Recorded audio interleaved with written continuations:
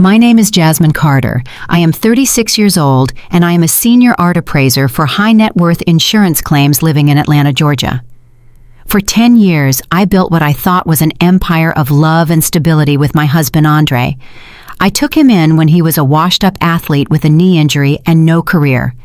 I built him up. I funded his gym. I gave him the lifestyle of a king. But the most important thing I did was open my heart and my home to two little girls from the foster care system who needed a mother. I raised Chloe and Tia as if they were my own flesh and blood. I wiped their tears. I paid for their private schools. I loved them with every fiber of my being. But on the night of my 36th birthday, I learned that loyalty has an expiration date, and that the people you feed are often the first ones to bite the hand that feeds them. If you are watching this and you have ever felt the sting of betrayal from the very people you sacrificed everything for, then you need to listen closely. What happened to me at my birthday party was not just a breakup, it was a public execution of my dignity. But what my husband and his new girlfriend didn't know is that you should never start a war with a woman who knows exactly what everything is worth, including the price of their destruction. If you are ready to see karma served cold, please hit that like button right now. Subscribe to the channel so you do not miss how I took everything back. Comment down below which city you are watching from and let me know if you would forgive a betrayal like this. It was supposed to be the perfect evening. My backyard in Buckhead was transformed into a wonderland of white roses and fairy lights. I had spent weeks planning this party, not just for me, but to celebrate our life.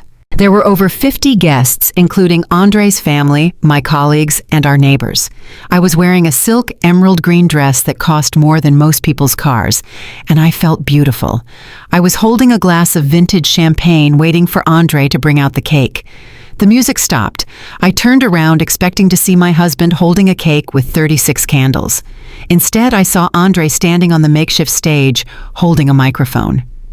But he was not alone. Wrapped under his left arm was a girl who looked barely older than my daughter Chloe. Her name was Crystal. She was 24 years old, a TikTok influencer with bright pink acrylic nails and a dress so tight it looked painted on. The silence in the garden was deafening. I smiled, confused, thinking this was some sort of joke or maybe a surprise performance. Andre cleared his throat and his voice boomed through the speakers.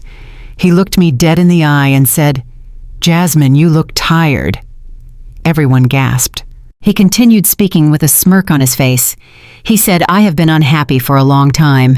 A man needs a woman who is vibrant, a woman who is young, a woman who understands the modern world. I have found that love with Crystal. So tonight, I am announcing that I am filing for divorce. Jasmine, you are old news. Crystal is the future of this house." My blood ran cold. I stood frozen, my hand gripping the champagne glass so hard I thought it would shatter. But that was not the part that killed me. That was not the moment that broke my soul. Andre looked down at the front row where my two daughters, Chloe, who is 16, and Tia, who is 14, were sitting. He said, "Girls, come say hello to your new mom." I expected them to cry. I expected them to run to me. I expected them to be confused or angry at their father for ruining our family in front of everyone. But they didn't move towards me. Chloe stood up. She looked at me with a sneer that I had never seen before. She started clapping. Then Tia started clapping. They were cheering. Chloe cupped her hands around her mouth and yelled, "Finally. Finally, Dad got rid of the boring old witch. Crystal is so much cooler." The sound of my own children clapping for my humiliation was a physical blow. It felt like someone had reached into my chest and ripped my heart out. The guests were whispering. Some were recording on their phones. My humiliation was being live-streamed. Crystal was blowing kisses to the crowd, giggling like she had just won a beauty pageant. Andre was beaming, looking at his daughters with pride, as if their cruelty was an accomplishment. Something inside me snapped. It was not a break, it was a switch. The tears that were threatening to fall suddenly evaporated. The heat in my face turned to ice. I walked up the stairs to the stage. Andre tried to pull the microphone away, but I snatched it from his hand. The feedback screeched, making everyone cover their ears. I looked at Andre, who was laughing. I looked at Crystal, who was smirking, and then I looked at Chloe and Tia, my daughters, the girls I had nursed through fevers, the girls I had held when they had nightmares about their time in the system. They were still clapping. I spoke calmly. My voice did not shake. I said, "Go ahead, celebrate, clap as hard as you can. But know this, I did not give birth to you. I took you out of foster care when you were unwanted and alone. I gave you a name. I gave you a home. But today, my sympathy is over." The microphone thudded as I dropped it on the stage floor. The silence that followed was heavy and suffocating, but Andre did not let the silence last. He grabbed the mic back, his face turning red, not with shame, but with anger. He yelled into the mic, "Listen to her. Listen to how toxic she is. This is exactly why I am leaving. She throws their past in their faces. She is abusive. She is manipulative." I turned to leave, but Andre stepped in front of me, blocking my path. He signaled to the security guards, the very guards I had paid for. He shouted, "Get this trespasser off my property. This house belongs to me and my family. Jasmine, you need to leave, now." I stared at him. "I said your property. This house is in my name, Andre. I paid the down payment. I pay the mortgage." Andre laughed, a cruel barking sound. He pulled a folded document from his jacket pocket and waved it in the air. He said, "Oh, you mean this deed? You might want to check your records, honey. You signed the transfer last month when you were high on your pain meds after your dental surgery. Remember that stack of papers you signed without reading? This house is mine, and these guards work for me now." Before I could process what he was saying, I felt a hand on my shoulder. It was Brenda, Andre's sister. She is a woman who has never liked me, a woman who has lived off my charity for years, while whispering behind my back. She shoved her phone in my face, recording me. She screamed, "You are a monster, Jasmine. How dare you mention foster care to those sweet girls? You are traumatizing them. You are an evil, bitter woman who cannot stand that her husband found someone younger and better. You deserve to be alone." I swatted her phone away, but the security guards grabbed my arms. Two large men, each twice my size, dragged me towards the gate. I struggled, not because I wanted to stay, but because I wanted to walk out with dignity. I shouted, "Get your hands off me!" Chloe and Tia ran up behind Brenda. Chloe shouted, "Don't come back. We hate you. We always hated you. You were just a bank account to us anyway." The words hit me harder than the pavement did when the guards threw me out onto the driveway. My knees scraped against the concrete, tearing my emerald silk dress. My purse was thrown out after me, spilling my lipstick and keys onto the dirt. The heavy iron gates slammed shut. I heard the lock click. I stood up, brushing the dirt off my legs. My hands were shaking, not from fear, but from a rage so pure it felt like fire in my veins. I could still hear the music from inside. They had restarted the party. I could hear Andre making a toast. I could hear Crystal's high-pitched laughter. I walked over to the side of the gate, where I could see through the gaps in the fence. What I saw made me want to vomit. Crystal was sitting in my chair at the head of the table. She was opening my birthday gifts. She tore open a box from Gucci, a bag I had bought for myself as a treat, and squealed with delight. Chloe and Tia were leaning over her shoulder, touching the bag, cooing over it. Andre was pouring champagne for Brenda. They were toasting to his freedom, to their new life. I reached for my phone. My screen was cracked from the fall, but it still worked. I opened my banking app. I needed to book a hotel. I needed to get away from here. I tried to transfer funds from our joint account to my personal checking. Access denied. I frowned and tried again. Access denied. Account frozen. I switched to my credit card app. I tried to check my limit. A notification popped up. Card reported lost or stolen. Account suspended. Panic started to rise in my throat. I checked my email. There were alerts from every bank, every credit card company. Passwords changed, security questions updated. Two-factor authentication moved to a number ending in 4554. That was Andre's number. He had not just planned a breakup, he had planned a siege. He had waited until tonight, until the banks were closed for the weekend, to lock me out of everything. I was standing on the street in a torn dress with no money, no car keys, and no home. I dialed the one number I knew by heart. David, my personal attorney. He answered on the second ring. His voice was groggy. Jasmine, it is 10 p.m. on a Saturday. Is everything okay? I said, David Andre just threw me out. He has locked the accounts. He says he has a deed claiming the house is his. He says I signed it. David was silent for a moment. Then his voice became sharp and professional. Jasmine, listen to me carefully. Did you sign anything recently? Anything at all? I thought back. 3 weeks ago, I had wisdom tooth surgery. I was on heavy painkillers for 2 days. Andre had been so helpful, bringing me soup, bringing me papers to sign for the insurance for the girls' school trip. I had signed them blindly, trusting him. I whispered, I think I did. I think he slipped a quitclaim deed in with the school permission slips. David cursed under his breath. Okay, we can fight that. We can prove you were under the influence of medication. It is fraud. But Jasmine, there is a bigger problem. The Black Trust. The Black Trust was my secret weapon. It was an inheritance from my grandmother, a substantial fund that was supposed to be untouchable by any spouse. It was my safety net. The money Andre didn't know the full extent of. I asked, "What about it, David? He can't touch the trust. It is in my name only." David hesitated. Jasmine, I got a fax late Friday afternoon just before the office closed.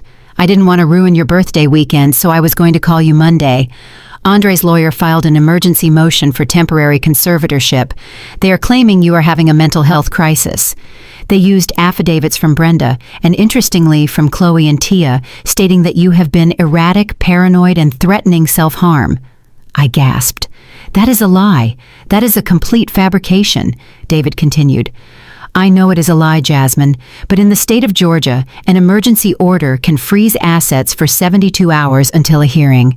He timed this perfectly. He knew the courts would be closed. He knew the banks would auto-lock the suspicious accounts once the order hit the system. He has not stolen the money yet, but he has made sure you cannot access a dime of it. He wants to starve you out. He wants you broke and desperate so you will agree to a settlement just to buy dinner. I looked through the fence again. Andre was kissing Crystal. He looked powerful. He looked like he had won.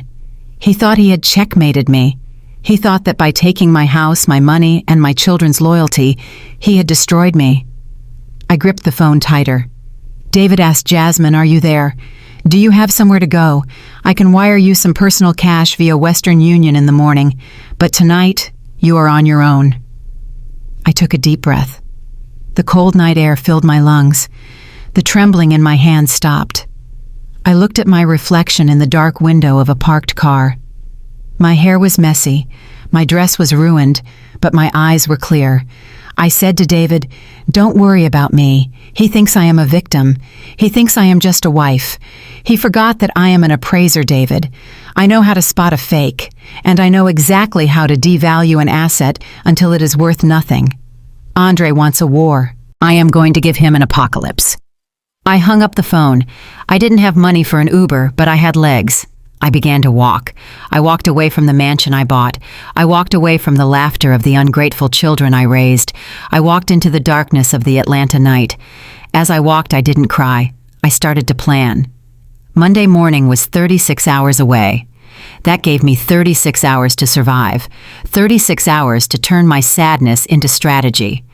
Andre thought the game was over because he held the king. He forgot that on the chessboard, the queen is the deadliest piece, and this queen was done playing nice. I walked for 3 miles until I reached a 24-hour diner on the outskirts of the neighborhood. My feet were bleeding inside my heels. I sat in a booth in the back. The waitress, a kind, older black woman named Martha, looked at my torn dress and my dirty face. She didn't ask questions. She just poured me a cup of hot coffee and put a plate of fries in front of me. "Honey," she said softly, "you look like you have been through hell." I looked up at her and smiled. A slow, dangerous smile. "Not yet," I said. "I haven't been through hell, but I am about to bring hell to someone else." I sat there sipping the black coffee, watching the steam rise. I replayed every insult in my head. Old, boring, toxic, foster care. Every clap from my daughter's hands was a beat in the drum of my revenge. They wanted Crystal, the fun young influencer. They wanted Andre, the rich, powerful dad. They wanted the fantasy. I was going to let them have it. I was going to let them enjoy the high life. I was going to let them spend. I was going to let them bloat themselves on my dime and my credit, because I knew something they didn't. I knew the truth about the adoption papers. I knew the truth about the mortgage clauses. And I knew the truth about Andre's little gym business that was actually a money laundering pit for his gambling debts. He thought he had locked me out, but he had actually locked himself in.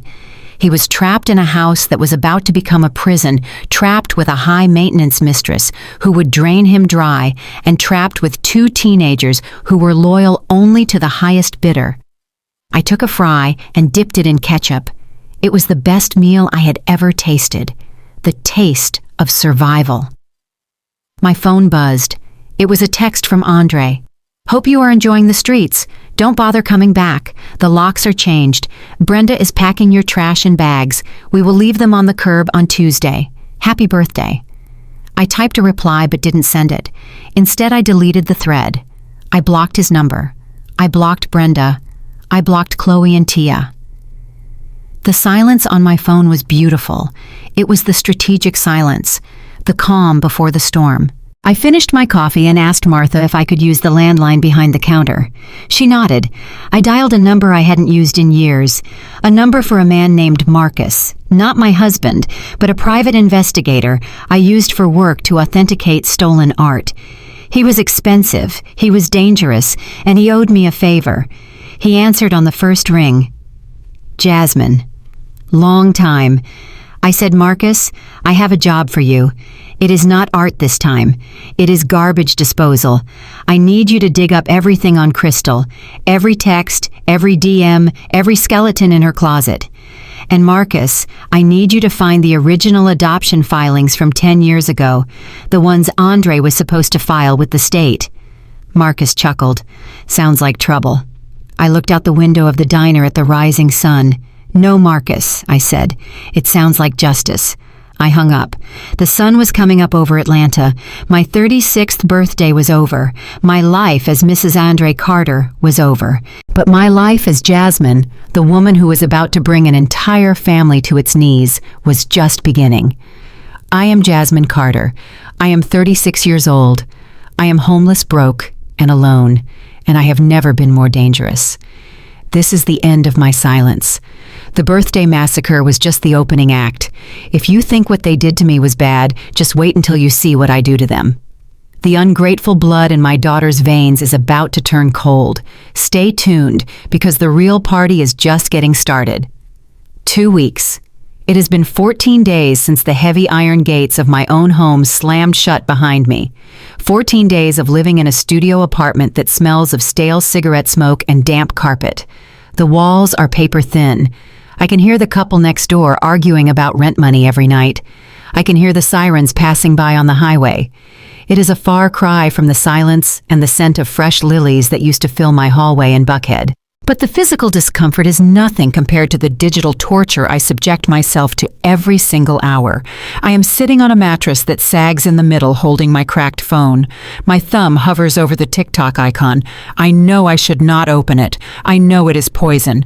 My attorney David told me to stay off social media. He told me to focus on the legal strategy. But I cannot help it. I need to see them. I need to know what is happening inside the house that I built.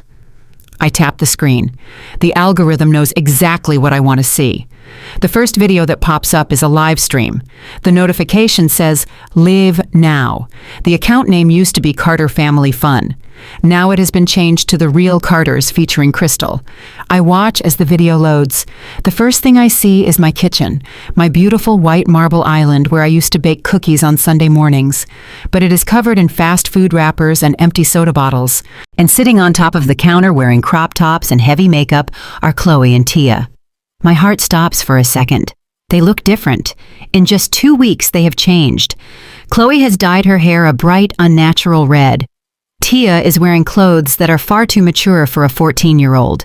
They are laughing, screaming at the camera, reading comments from strangers. Chloe leans into the camera lens. Her eyes, which used to look at me with admiration, are now filled with a strange manic energy. She shouts, "Hey guys, welcome back to the stream. Today we are doing a closet haul. We are clearing out some old dusty junk to make room for Crystal's new wardrobe." She jumps off the counter and runs to the living room. Tia follows her, holding the phone. The camera shakes as they run. They dump a pile of clothes onto the floor. I recognize them instantly. They are my clothes, my vintage blazers, the silk scarves I collected from my trips to Europe, the dresses I wore to charity galas. Chloe picks up a Chanel jacket. I bought that jacket when I got my first big promotion. It was a symbol of my hard work. Chloe holds it up like it is a dirty rag. She makes a gagging noise. She says, "Look at this grandmama fashion. Who even wears this stuff? It smells like old lady." Tia laughs. She says, "Throw it out, Chloe. Burn it. We do not want that bad energy in here." Chloe throws the jacket into a black trash bag. She looks at the camera and says seriously, "You guys living here is so much better now. The Wicked Witch is finally gone. The house feels lighter, you know. No more rules, no more nagging about homework, no more pretending to be perfect." Tia nods aggressively. She says, "Yeah, Dad and Crystal are honestly the best parents. They let us be us. They do not force us to be boring. They are the real family." The comments on the screen are scrolling so fast I can barely read them, but the ones I catch are like knives. One user writes, "I am so glad you guys are safe now." Another writes, "Your ex-mom sounds toxic." Another writes, "Crystal is so pretty she looks like your big sister." I feel a physical pain in my chest. It is not a metaphor. It actually hurts. I curl my knees up to my chest in this cold, dark apartment, and I force myself to breathe. They call me the Wicked Witch. They call me toxic. I close my eyes and suddenly I am not in this apartment anymore. I am transported back 10 years. I am standing in the hallway of the Department of Family and Children Services. The air smells of industrial cleaner and despair. I see two little girls sitting on a metal bench. They are holding hands so tight their knuckles are white. Chloe was 6. Tia was 4. They were filthy. Their hair was matted into clumps. They were wearing clothes that were 3 sizes too big. They looked terrified. They looked like they expected the world to hurt them because up until that point, the world had only hurt them. I remember the social worker telling me about the lice. She said they were infested. She said they had not had a proper bath in weeks. I remember taking them home that first night. Andre was not there. He was out with his friends celebrating something. It was just me. I spent 4 hours in the bathroom gently combing the lice out of their hair. Chloe cried the whole time, shaking with shame. I held her. I kissed her forehead, which smelled of medicated shampoo. I looked into her eyes, and I promised her. I said, "Chloe, I will never let you feel dirty again. I will never let you feel unwanted again.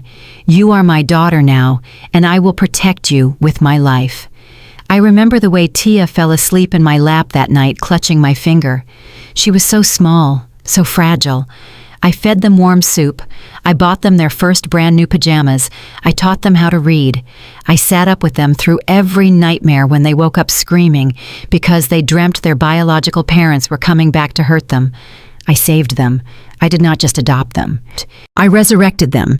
I took 2 broken, frightened little birds, and I nursed them until they could fly. I open my eyes and look back at the screen. The girl on the screen is not the frightened bird I saved. She is a stranger. She is holding my jewelry box. She dumps my necklaces onto the counter. Chloe says, "Look at these pearls. So tacky. I bet these are fake anyway." She laughs and puts them on, posing mockingly. Then a voice comes from behind the camera. It is a voice that makes my skin crawl. It is Crystal. She walks into the frame. She is wearing my silk robe, the robe Andre gave me for our 10th anniversary. She wraps her arm around Chloe's shoulder. Crystal says, "Hey fam, don't be too mean to the old lady. She did her best with what she had, but you know, out with the old, in with the new." Chloe leans her head on Crystal's shoulder. She looks at Crystal with a look of adoration that she used to reserve for me. She says, "I love you, Crystal. You are so much cooler than Jasmine ever was. Jasmine was just a wallet. You are actually fun." Tia chimes in. "Yeah, Jasmine always made us feel like we owed her something. Just because she adopted us, she acted like she owned us." It was so suffocating. Suffocating. That is the word she uses. The private tutors, the piano lessons, the therapy sessions to help them heal from their trauma, the unconditional love. To them, it was suffocating. To them, I was just a wallet. I realized then that the pain I am feeling is not about the money. It is not about the house or the clothes or the jewelry they are trashing. I can buy new clothes.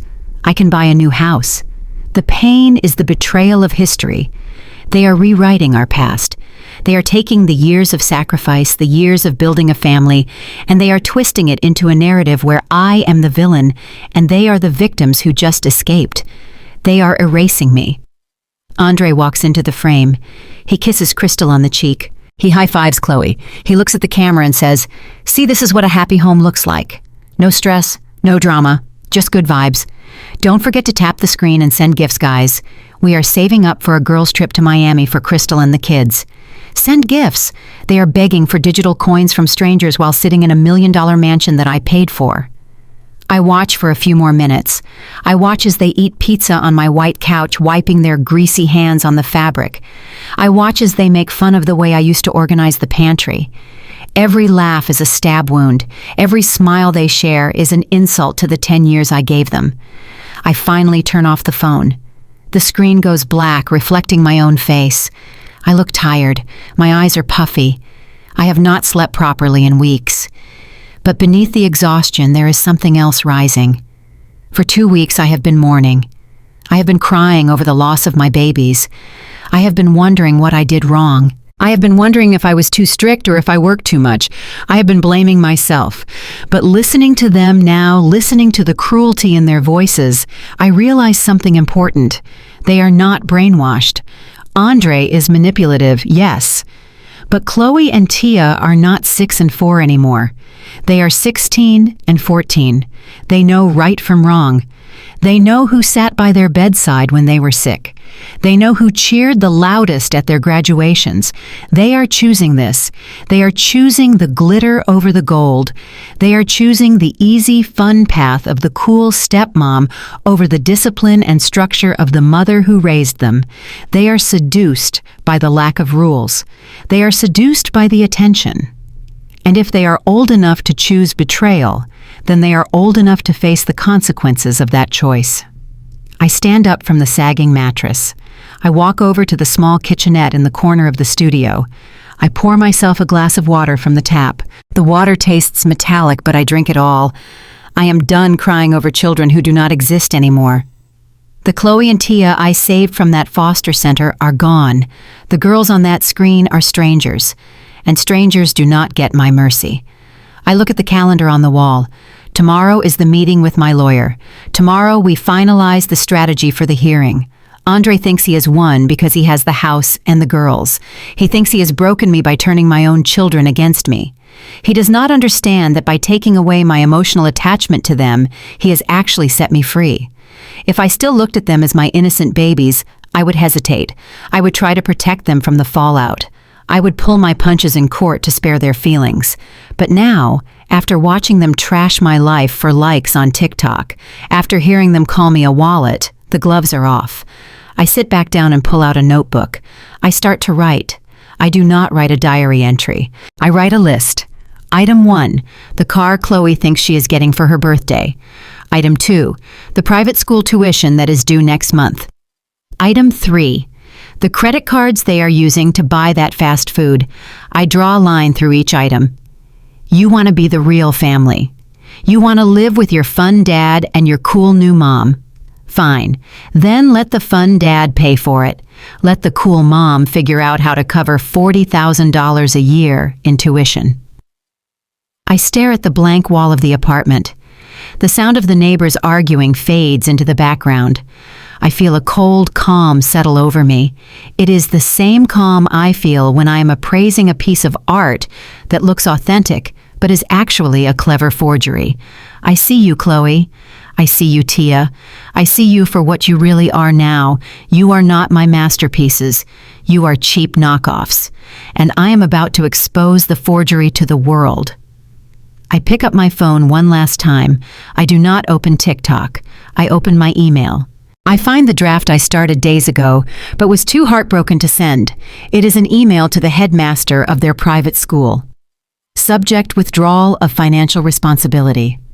I hesitate for only a fraction of a second. Then I hit send. The first domino has been pushed. The live stream might be fun tonight, girls. Enjoy the pizza.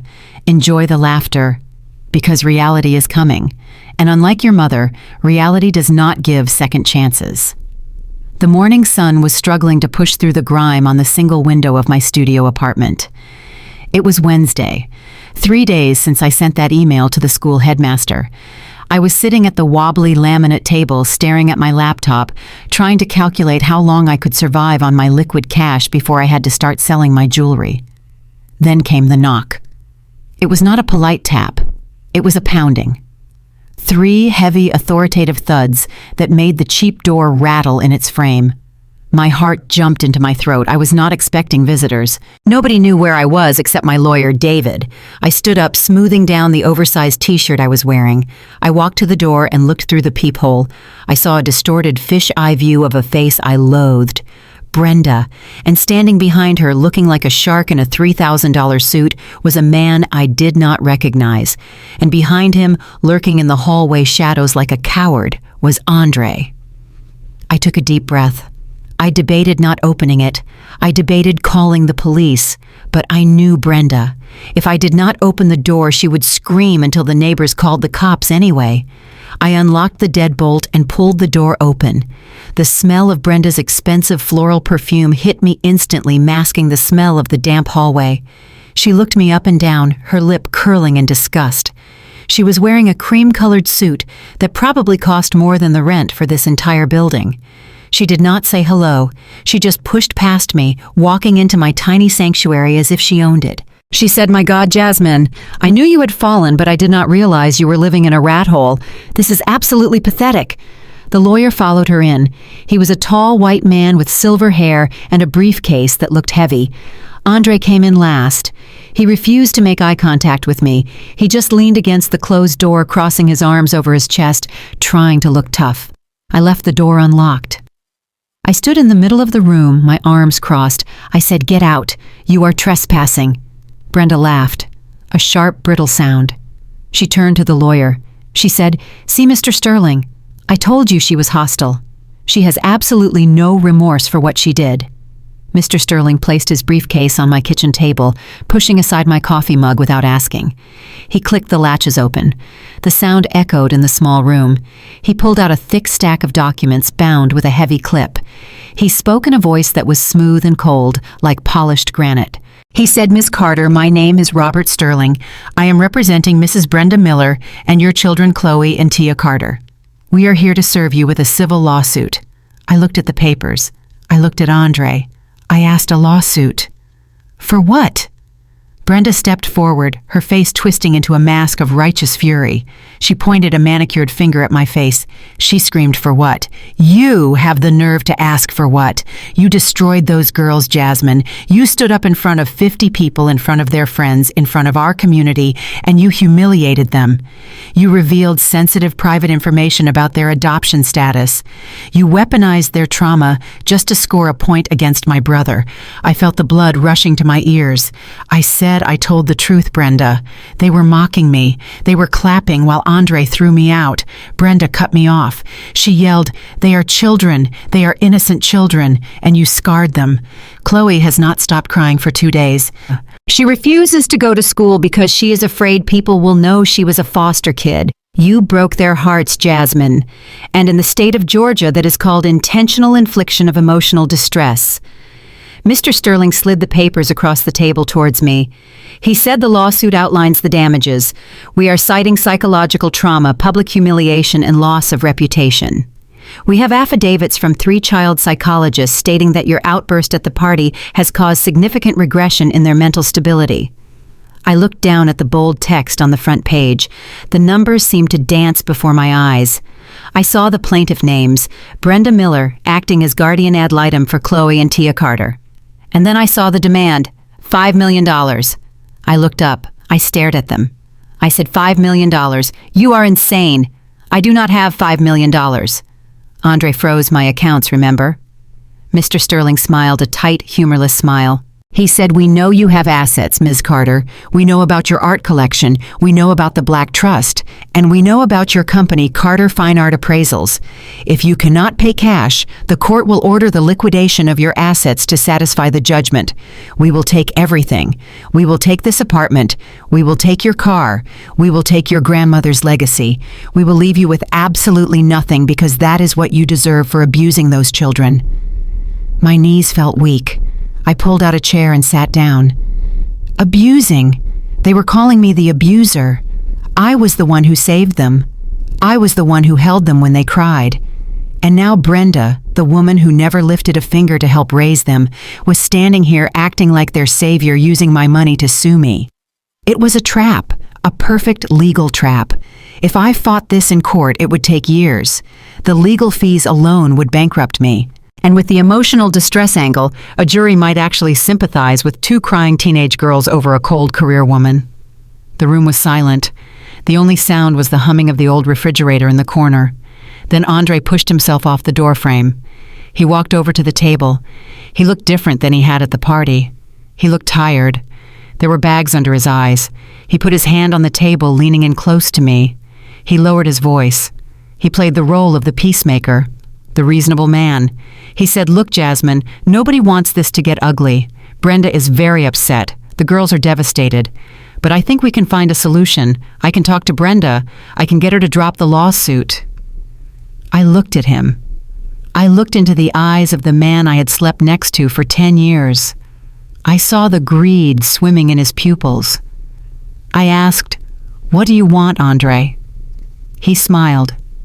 It was the smile he used to use when he wanted me to buy him a new car. He said, "It is simple, really. You are stressed. You cannot manage the business right now. You are having a breakdown.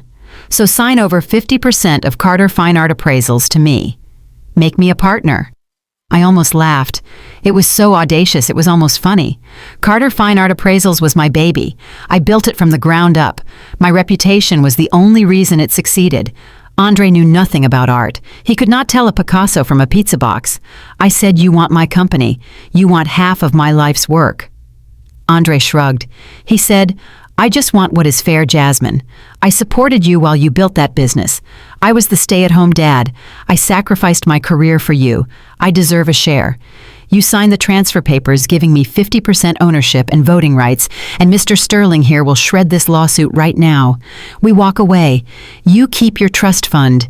You keep your dignity, and we become partners." I looked at Brenda. She was checking her reflection in the microwave door, fixing her hair. She did not care about the girls. She did not care about their trauma. This was a shakedown, pure and simple. They were broke. The realization hit me like a lightning bolt. The party, the new clothes, the gifts for Crystal. Andre had blown through whatever cash he had. He had frozen my accounts, but he could not access the money in the trust yet. He was drowning. He needed my business not because he wanted to work, but because he needed a steady income stream to fund his delusions of grandeur. He wanted to bleed my company dry, just like he had bled me dry. He was using Brenda as the attack dog, and the girls as the weapon to hold a gun to my head. I looked at the papers again. $5 million, or half my company. It was an ultimatum. I looked up at Andre. I saw the sweat on his forehead. He was nervous. He needed me to say yes. If I said no, if I fought this, he would have to pay Mr. Sterling. He would have to wait months for a payout. He needed cash now. I stood up. I stood. I smoothed my t-shirt again. I regained my composure. I was an appraiser. I knew how to spot a desperate seller, and Andre was desperate. I looked him dead in the eye. I said, "Let me get this straight. You are blackmailing me. You are using the tears of our children as leverage to steal my company." Andre's eyes hardened. He said, "Call it what you want, Jasmine, but you have 24 hours. Sign the transfer or we see you in court. And trust me, when Brenda puts Chloe on that witness stand, crying about how her mommy hates her, you will wish you had taken this deal." He tapped the table 2 times, a gesture of finality. "Come on, Brenda. Let's go. This place is depressing." Brenda smirked at me one last time. She said, "Think about it, Jasmine. Be a good mother for once in your life. Do the right thing for your family." They turned and walked out. Mr. Sterling snapped his briefcase shut and followed them. The door slammed shut, leaving me alone in the silence. I stood there shaking. Not from fear, but from a cold, dark fury. They had crossed a line. They had brought the law into this. They had threatened my livelihood. I looked at the lawsuit on the table. $5 million. I walked over to the window and watched them get into Andre's car. I saw Andre high-five Mr. Sterling. They thought they had won. They thought I was cornered. I picked up my phone. I dialed David, my lawyer. I said, "David, get ready. They just made a fatal mistake. They just proved that they are not protecting the children. They are selling them. I am not going to give him 50% of my company. I am not going to give him a single percentage point. But I am going to give him a fight. He wants to play dirty. He wants to talk about emotional distress. Fine. Let's talk about the emotional distress of finding out your father is a fraud." I looked at the stack of papers and swept them off the table. They scattered across the cheap linoleum floor. "You have 24 hours, Jasmine," Andre had said. I looked at the clock. I only needed one, because while they were busy typing up fake lawsuits, they forgot one thing. I was the one who did the books for Andre's gym.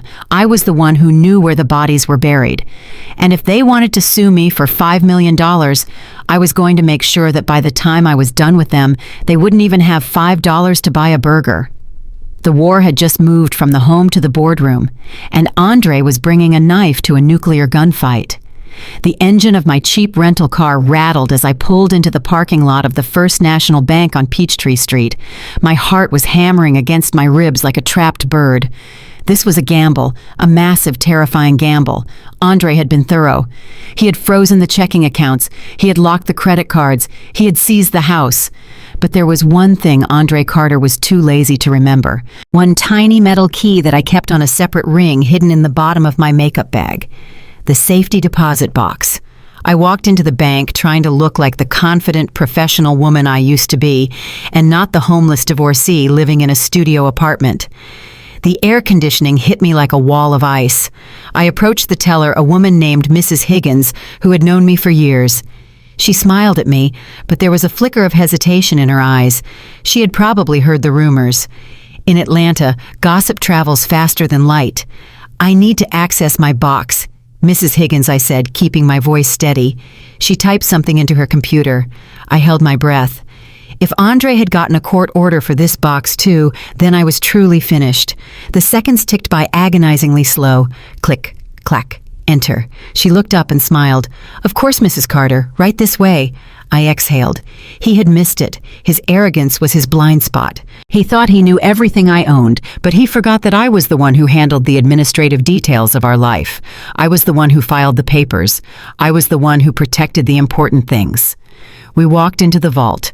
The heavy steel door swung open with a groan. The room smelled of old money and dust.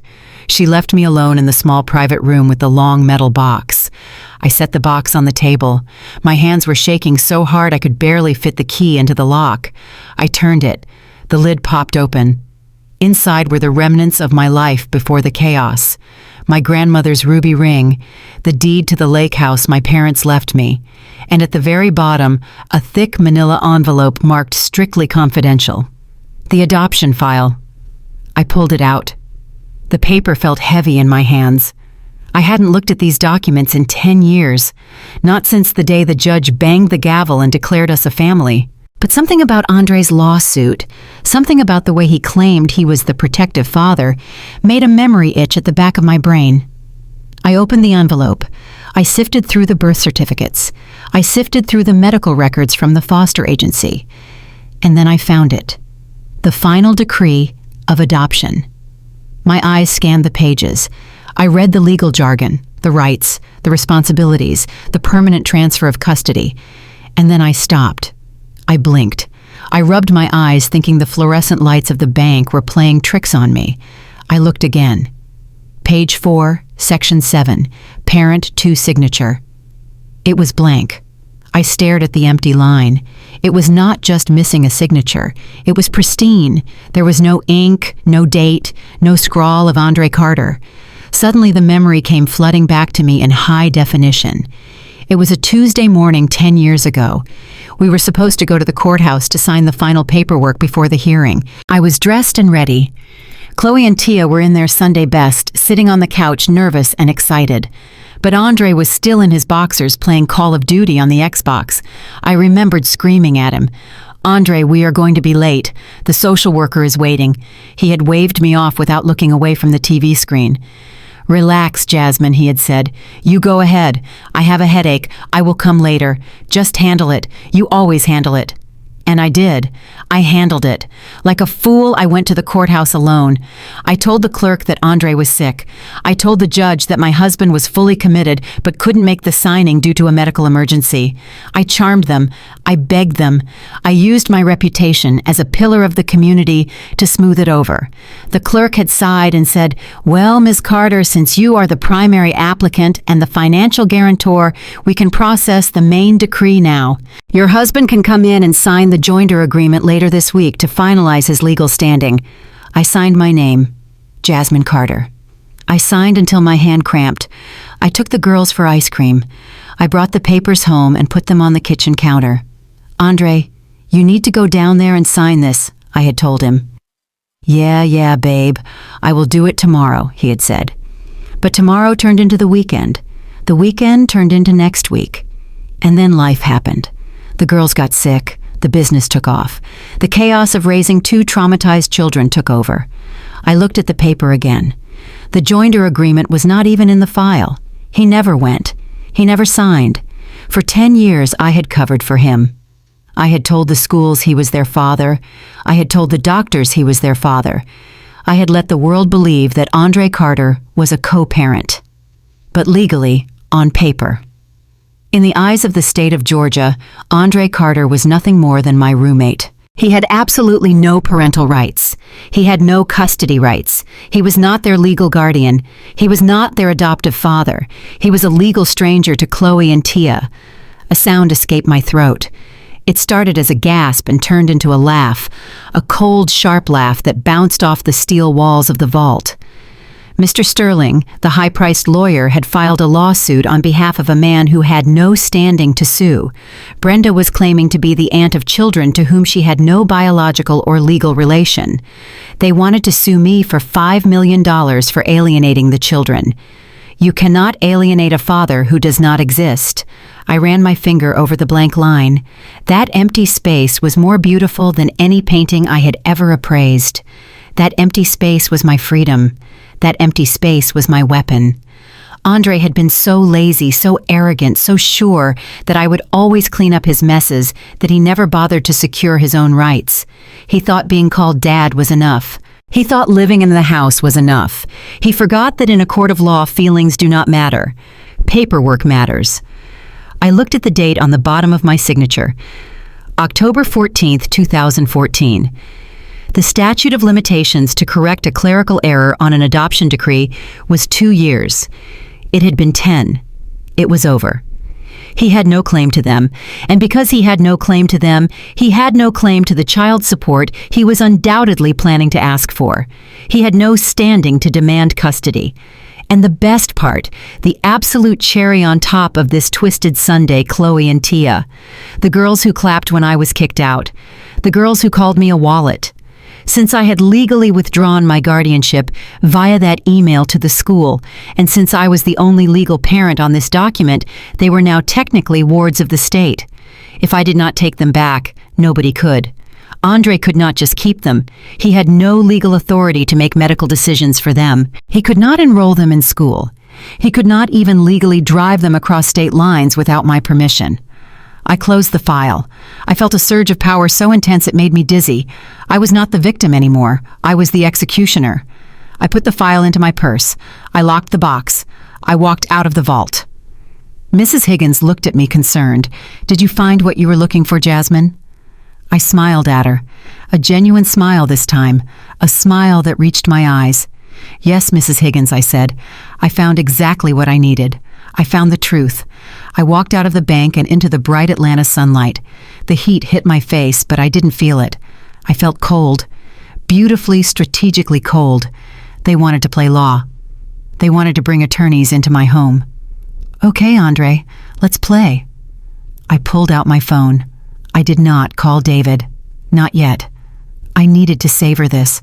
I needed to let them dig their grave a little deeper. Let them spend another day thinking they had me trapped. Let them run up a few more bills on those credit cards that were about to be declined. I got into my car and looked at the document one last time. Blank. Just like his soul. Just like his promises. Just like his bank account was about to be. I started the car. I was not going back to the studio apartment to cry. I was going to a copy shop. I was going to make 10 copies of this document. And then I was going to wait for my day in court. Andre Carter wanted to be a father figure. Well, he was about to learn a very hard lesson about what happens when you forget to sign your name on the dotted line. You do not get to keep the prize if you didn't buy the ticket. I laughed again as I pulled into traffic. The birthday massacre was painful, yes, but the courtroom massacre, that was going to be a masterpiece. 23 hours. That was how much time had passed since Andre gave me his ultimatum. Sign over half my company or face a $5 million lawsuit that would destroy my reputation. He thought I spent those 23 hours crying.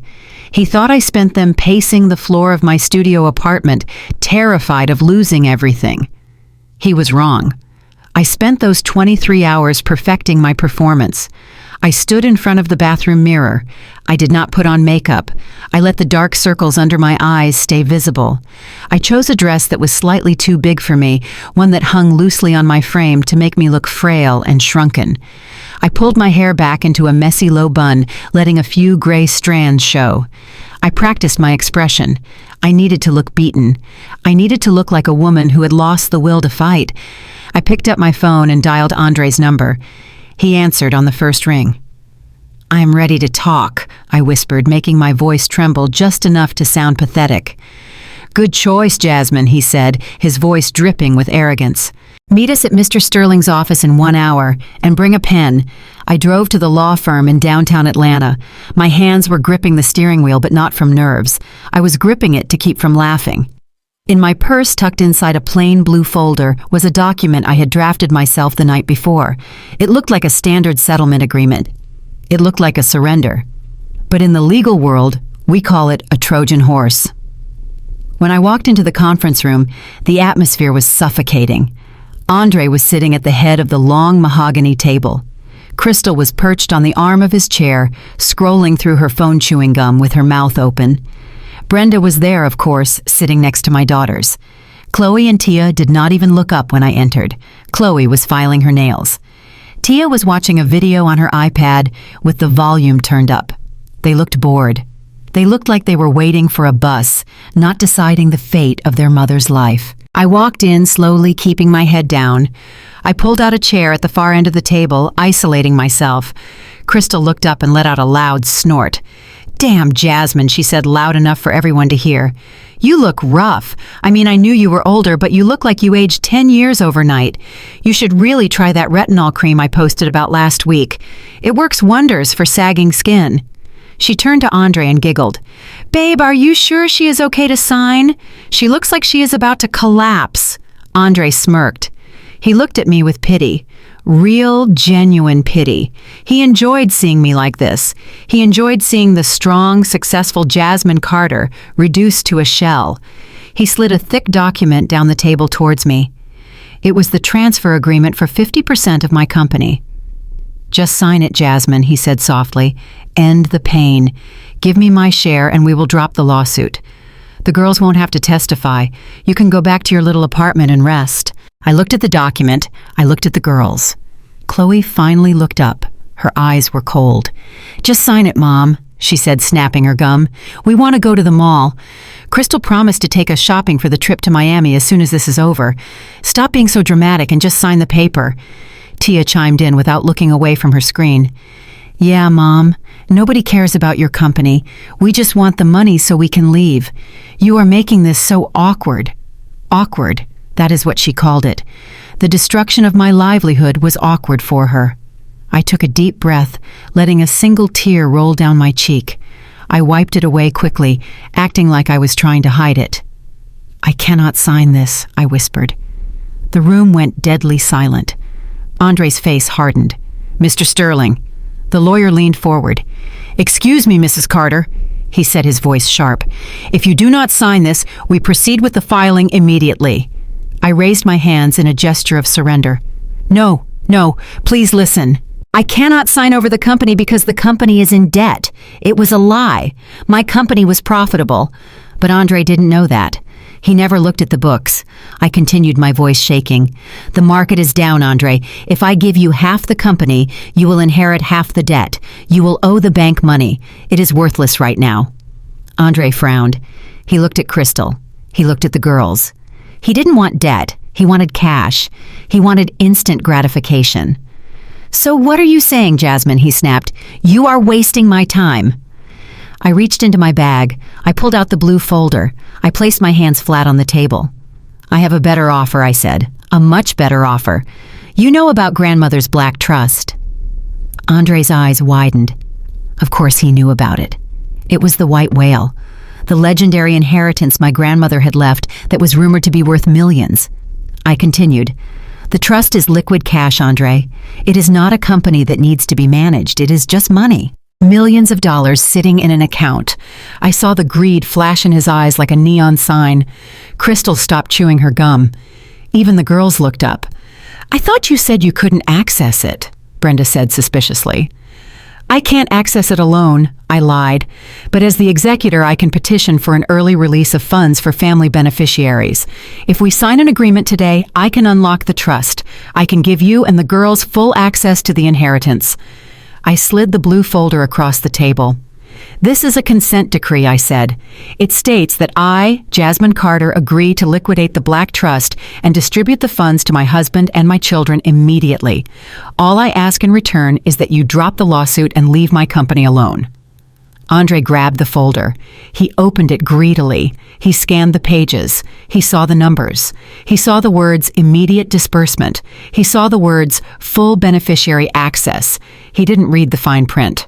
He didn't read the paragraph on page 3 titled Verification of Lineage. Section 4, Clause B stated clearly, "All disbursements are subject to mandatory DNA testing to confirm biological lineage or finalized legal adoption status in accordance with the strict terms of the trust indenture." It sounded like standard legal jargon. It sounded like a formality. Andre didn't know about the blank adoption paper in my safe deposit box. He thought he was the legal father. He thought the adoption was finalized 10 years ago. So to him, a verification of lineage was just a box to check. He looked at me.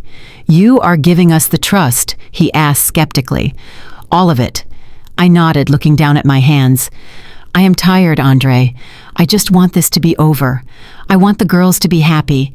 If money is what makes you happy, then take it. Take it all. Just leave me my company. It is all I have left." Crystal squealed. She actually squealed. "Babe, sign it. That is way better than a boring art company. We can buy the house in Miami. We can buy the boat." Chloe turned to Andre. "Dad, sign it. I want my car." Andre looked at Mr. Sterling. The lawyer skimmed the document. He saw the release of funds. He didn't know about the adoption flaw either. To him, it looked like a win. "It looks solid," Andre the lawyer said. "It gives you immediate cash assets instead of equity. It is a better deal." Andre picked up the pen. He looked at me one last time. "You are pathetic, Jasmine," he said. "You were always weak. You build all this wealth, but you don't have the guts to keep it." He signed his name with a flourish. He pressed down hard on the paper, sealing his fate. He pushed the paper to me. I signed it slowly. My hand did not shake this time. I signed my name right next to his. There, I said softly, "It is done." Andre stood up. He pumped his fist in the air. "Yes," he shouted. "Finally!" Crystal jumped up and hugged him. They started jumping up and down like they had won the lottery. Chloe and Tia high-fived each other. "We are rich," Tia screamed. "We are actually rich." Andre looked at me. "When do the funds hit the account?" I stood up. I smoothed down my dress. I looked him in the eye. The fear was gone from my face. The weakness vanished. "The bank requires the verification documents first," I said calmly. "Standard procedure. You just need to submit a DNA sample or the certified adoption decree to the trust officer. Once that is verified, the money is yours." Andre laughed. "Easy. We will go to the clinic tomorrow." "Done deal." He didn't notice the change in my tone. He was too drunk on victory. "Well, Jasmine," he said, grabbing his jacket. "Thanks for being reasonable. You can keep your little art business. We have bigger fish to fry."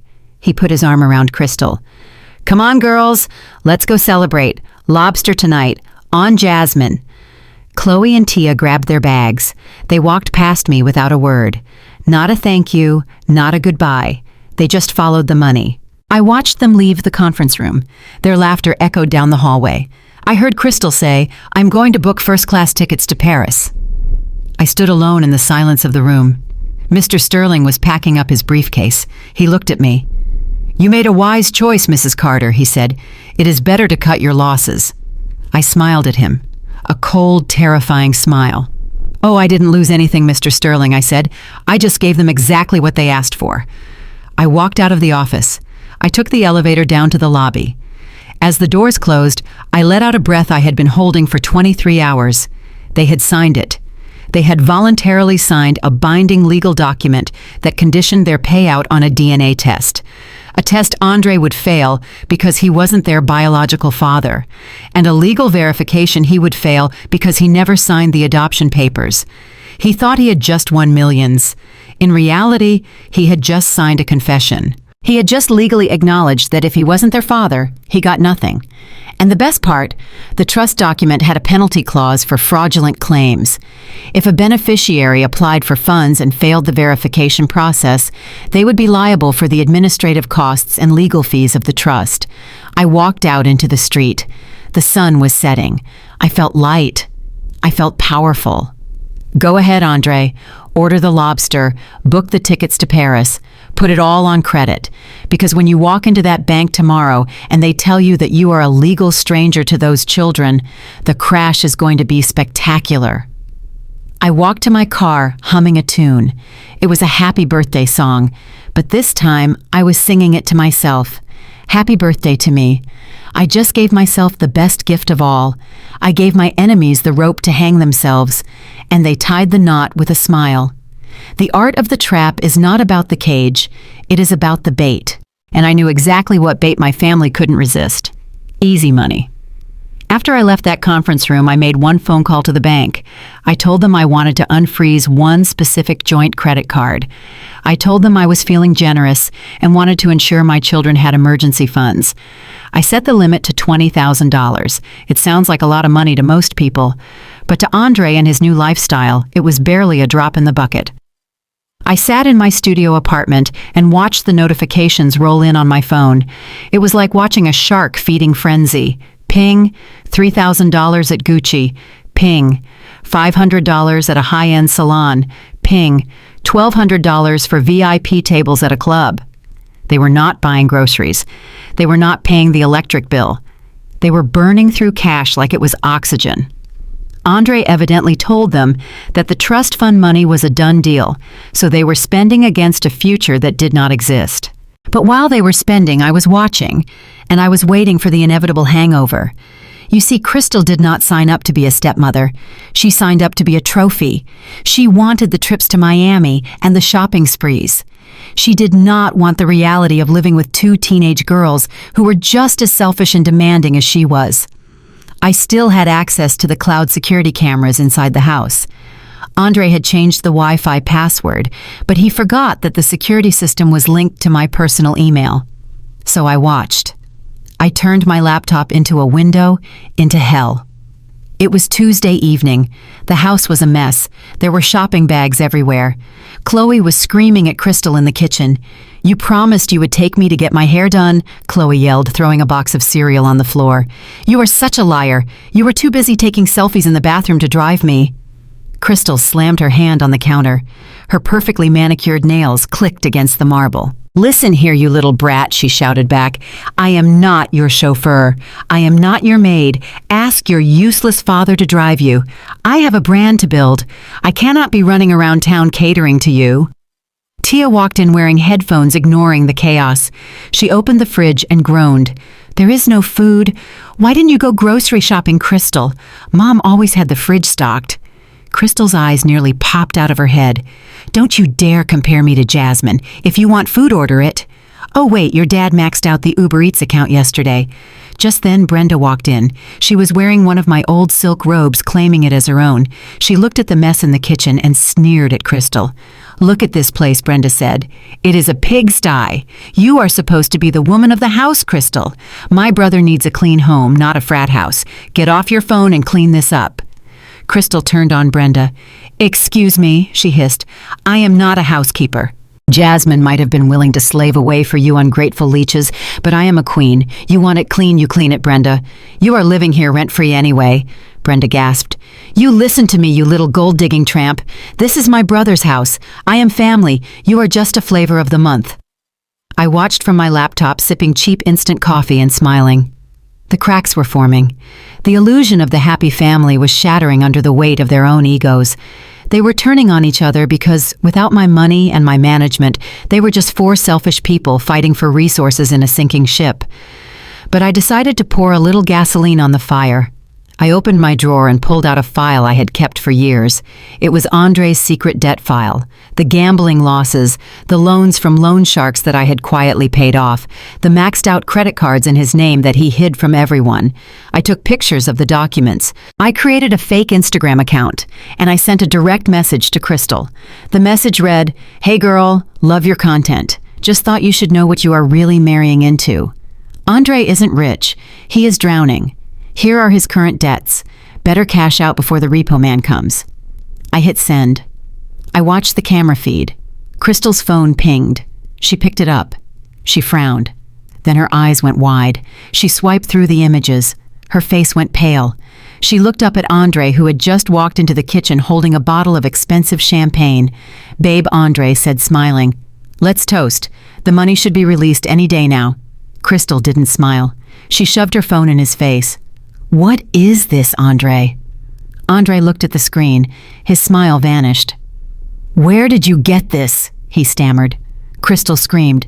"Is it true? Do you owe $50,000 to a bookie? Is the car actually a lease that is 3 months behind?" Andre tried to grab the phone. "Baby, that is old stuff. I handled it. Jasmine handled it." Crystal pulled back. "Jasmine handled it," she mocked. "You mean Jasmine paid for it?" "You are broke, Andre. You are actually broke. You told me you were a tycoon. You told me you owned the gym outright." Chloe and Tia started laughing. Cruel teenage laughter. "Oh my God," Chloe said. "Dad is a loser. I knew it." Andre turned purple. "Shut up," he roared. "I am not a loser. I am about to inherit millions from the trust. Once that money hits, we are set for life." Crystal narrowed her eyes. She was doing the math. She was realizing that the luxury life she wanted was hanging by a thread. "You better hope that money comes through, Andre," she said, her voice low and dangerous. "Because if it doesn't, I am gone, and I am taking the jewelry with me." She stormed out of the room. Brenda muttered something about ungrateful women and went back to watching TV. Andre stood there alone in the kitchen, surrounded by trash and angry teenagers, looking like a man who was watching his life dissolve. I closed my laptop. The show was over for tonight, but the finale was coming. They were banking everything on the trust fund. They were eating each other alive, waiting for a payday that was never going to happen. I looked at the calendar. Saturday was the 16th, Chloe's 16th birthday, the day Andre had promised her the world. Perfect. I picked up my phone and called the courier service. I had a special delivery to schedule, a gift that would bring the house down. Saturday arrived with a humidity that made the air feel heavy. I drove past the house slowly. There were balloons tied to the mailbox. A banner hung over the front door that said, "Sweet 16 Queen Chloe." They were throwing a party they couldn't afford, a party to impress people they didn't like. I parked down the street and watched. Cars were arriving. Teenagers in expensive dresses. Parents dropping off gifts. I could imagine the scene inside. Chloe sitting on a throne expecting a coronation. Andre playing the big shot, pouring drinks, acting like he was the king of Atlanta. But I knew the truth. I knew that yesterday the credit card I had opened was declined at the caterer. I knew Andre had to pawn his Rolex to pay for the DJ.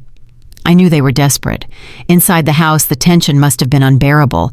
Chloe had been talking about her car for months. A white Range Rover. That was the price of her loyalty. She had betrayed me because Andre promised her that car. Around 7 p.m., the music stopped. It was time for the big reveal. I signaled the courier. He was a professional process server dressed in a tuxedo to blend in with the party staff. He walked up the driveway holding a large silver tray with a single envelope on it. I watched through the front window from the street. Andre led Chloe out to the driveway. The guests followed cheering. Chloe was looking around expecting to see a car with a big red bow. "Where is it?" Chloe squealed, jumping up and down. "Where is my Range Rover Daddy?" Andre looked nervous. He was sweating through his suit. He cleared his throat. "Princess," he said, his voice cracking. "The dealership had a delay, a shipping issue, but it is coming. I promise." Chloe's face fell. Her smile twisted into a snarl. "You promised," she screamed. "You said it would be here today." Andre tried to hug her. "It will be here next week, baby, once the trust money clears." Chloe pushed him away. "I hate you," she yelled. "You are a liar. You are a broke liar." Jasmine would have had the car here. The guests went silent. That name hung in the air like a curse. Jasmine. That was the cue. The courier stepped forward. "Excuse me," he said, his voice projecting clearly. "I have a special delivery for Mr. Andre Carter and Miss Chloe Carter, a birthday gift from Jasmine Carter." Chloe stopped screaming. Andre looked confused. "A gift from me." He probably thought I had caved. He probably thought I had bought the car to win her back. Hope surged in his eyes. He grabbed the envelope from the tray. "Is it the keys?" Chloe asked, her greed taking over again. "Did she buy me the car?" Andre tore open the heavy envelope. He pulled out the papers. It was not a car title. It was not a check. It was a thick stack of medical results with the logo of the most reputable genetic testing lab in the country. And clipped to the front was a court summons. I saw Andre's hands start to shake. He read the cover letter. "Dear Andre Pierre, the terms of the consent decree you signed regarding the Black Trust, a verification of lineage was conducted using the DNA samples obtained from the hairbrushes you left behind in the master bathroom. Enclosed are the results. Probability of paternity 0.00%. Furthermore attached is a certified copy of the incomplete adoption decree from 2014. As you can see, the signature line for the father is blank. You are not their father. You are not their guardian. You are a legal stranger. The trust fund request is denied due to lack of eligible beneficiaries. The attached court summons is for a hearing regarding fraud repayment of unauthorized funds and the immediate return of my property. Happy birthday, Chloe. Enjoy the walk to the bus stop." Andre dropped the papers as if they were burning his skin. The wind caught them, scattering the DNA results across the driveway for the guests to see. Chloe snatched up a piece of paper. She read it. Her face went blank. "What does this mean?" she whispered. "What does 0% mean?" Andre looked at her. He looked at Crystal, who was backing away. He looked at the guests who were whispering. "It is a lie," he shouted. "She forged it. She is crazy." But the courier spoke up again. "I have also been instructed to serve you with this eviction notice," he said, handing Andre another document. "Since you have no legal relation to the owner or the children, and no lease agreement, you have 48 hours to vacate the premises." Eviction. The word echoed through the silent party. Chloe screamed, a guttural sound of pure teenage rage. She didn't scream at me. She screamed at Andre. "You ruined everything," she shrieked. "You said we were rich. You said you were my dad. You are nobody." She threw her tiara on the ground and stomped on it. Crystal didn't say a word. She just turned around, walked to her car, got in, and drove away, leaving tire marks on the pavement. She didn't even look back. I sat in my car down the street and rolled up my window. The air conditioning felt cool against my skin. I watched Andre standing in the driveway holding the eviction notice while his daughter screamed at him and his guests filmed the meltdown on their phones. He looked small. He looked defeated. He had promised them the moon using my rocket, and I had just cut the fuel line. I put my car in gear and drove away slowly. I didn't need to see the rest. I knew exactly what would happen. The party would end, the guests would leave, and Andre would be left in a big empty house with two girls who realized they had bet on the wrong horse. The conflict was no longer between me and them. The conflict was now inside those walls. They were trapped together in a cage of their own making. And in 48 hours, that cage would open and spit them out into the street. I turned on the radio. A upbeat song was playing. I started to sing along. Phase 2 was complete. They were broken. They were bankrupt. And they were homeless. But I wasn't done yet. There was still the matter of the courtroom. There was still the matter of making sure the world knew exactly who Andre Carter was. He wanted a public life. I was about to give him a public trial that would make headlines. I drove toward the city lights, feeling the weight of the last 10 years lift off my shoulders. They called me the Wicked Witch. Well, they were about to learn that the witch doesn't just cast spells. She owns the castle. And she just changed the locks. The Fulton County Courthouse stood like a fortress of gray stone against the humid Atlanta sky. It was Tuesday morning. The air was thick with the threat of rain, but the storm brewing inside the building was far more dangerous. I stepped out of my car and adjusted my sunglasses. I was wearing a white suit, sharp, pristine, unapologetic. It was the color of innocence and the color of mourning. Today I was wearing it for both. I saw the circus before I even reached the steps. Brenda had been busy. There were news vans parked along the curb. Reporters with microphones were jockeying for position. Brenda had tipped them off. She wanted this to be a spectacle. She wanted the world to see the downfall of the cold, heartless businesswoman who threw her own children away. She wanted to try this case in the court of public opinion because she knew deep down that her actual legal case was thin. I walked through the crowd. I heard the questions being shouted at me. Miss Carter, is it true you evicted your children? Miss Carter, do you have any comment on the abuse allegations? Miss Carter, why did you cut off their tuition? I did not answer. I did not flinch. I walked past them like they were ghosts. I kept my eyes fixed on the revolving doors.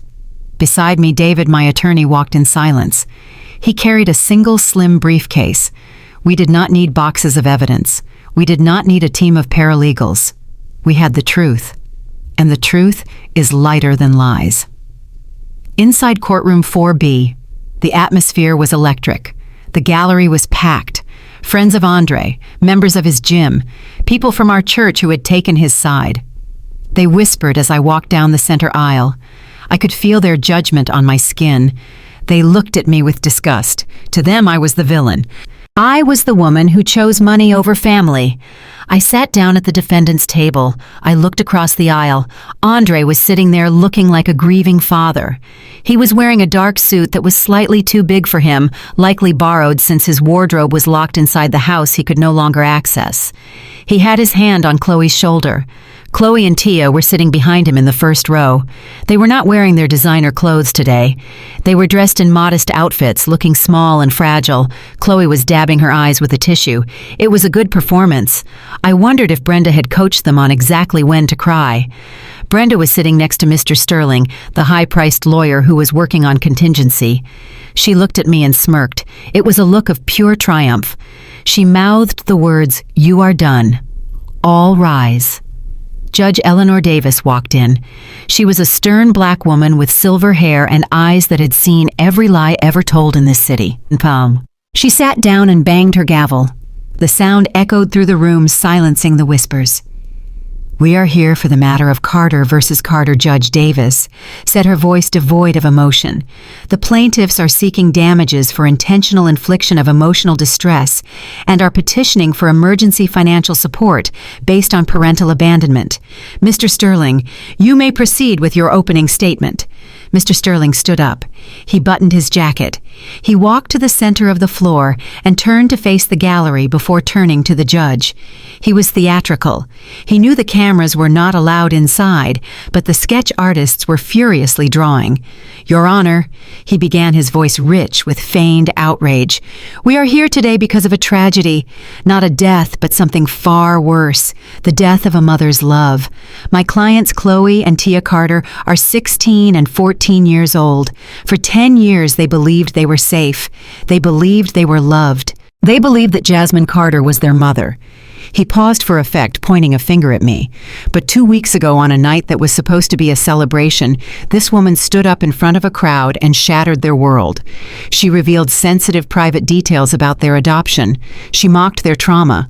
And then she threw them out. She locked them out of their home. She cut off their food money. She cut off their school tuition. She left them destitute. He walked over to the jury box even though there was no jury today. It was a bench trial, but old habits die hard. We are asking the court to hold Jasmine Carter accountable. We are asking for $5 million in damages for the severe psychological harm she has inflicted. And we are asking the court to order her to resume her parental duties and pay spousal support to Mr. Andre Carter, the man who has been the primary caregiver and emotional rock for these children, while Mrs. Carter was busy chasing her career. Sterling sat down looking satisfied. Brenda patted him on the back. Andre looked down at the table, acting the part of the humble, suffering husband. Judge Davis looked at me. "Ms. Carter, or your counsel, do you have an opening statement?" David stood up. "No, Your Honor. We will let the evidence speak for itself." Sterling called his first witness. It was Dr. Aris, a child psychologist I had paid for years ago. He testified that the girls were suffering from acute stress disorder. He used big words. He painted a picture of two broken little girls who were terrified of their own mother. Then Sterling called Brenda. She marched to the stand like a soldier. She swore to tell the truth and then proceeded to lie for 20 minutes straight. She talked about how I was cold, how I was never home, how Andre did everything. Jasmine never wanted those kids, she said, wiping a fake tear. She only adopted them to look good for her business. It was a PR move. Andre was the one who loved them. Andre was the one who raised them. He is their father in every way that matters. Finally, Sterling played his ace card. He called Andre to the stand. Andre walked up slowly. He looked at the girls and gave them a brave smile. He sat down and took the oath. "Mr. Carter," Sterling asked, "can you tell the court about your relationship with the children?" Andre took a deep breath. "They are my life," he said, his voice cracking perfectly. "I have been there since day one. I remember the day we brought them home. I remember teaching Chloe how to ride a bike. I remember Tia's first dance recital. I may not have birthed them, but they are my daughters. I love them more than anything." "And how did Ms. Carter treat them?" Sterling asked. Andre looked at me. His eyes were cold. "She provided for them financially," he said. "I will give her that. But emotionally, she was absent, and lately she has been hostile. She threatened to disown them. She threatened to leave us destitute. That night at the party, she snapped. She wanted to hurt us. She wanted to destroy the family because she was jealous of my happiness." Sterling nodded. "And regarding the adoption, Mr. Carter, did you and Mrs. Carter adopt these children together?" "Yes," Andre said firmly. "We did. We went through the process together. We signed the papers together. We made a vow to those girls together." "Thank you, Mr. Carter. No further questions." Sterling sat down. The room was silent. The narrative had been built. I was the monster. Andre was the saint. Judge Davis looked at me. "Miss Carter, do you wish to cross-examine the witness?" I stood up. I did not look at David. I looked straight at Andre. "Yes, Your Honor," I said. "I will do it myself." I walked out from behind the table. My heels clicked on the wooden floor. I stopped in front of the witness stand. I was close enough to smell Andre's cologne. It was the same cologne I had bought him for Christmas. I looked at him. He looked back, trying to maintain his confident facade, but I saw the twitch in his jaw.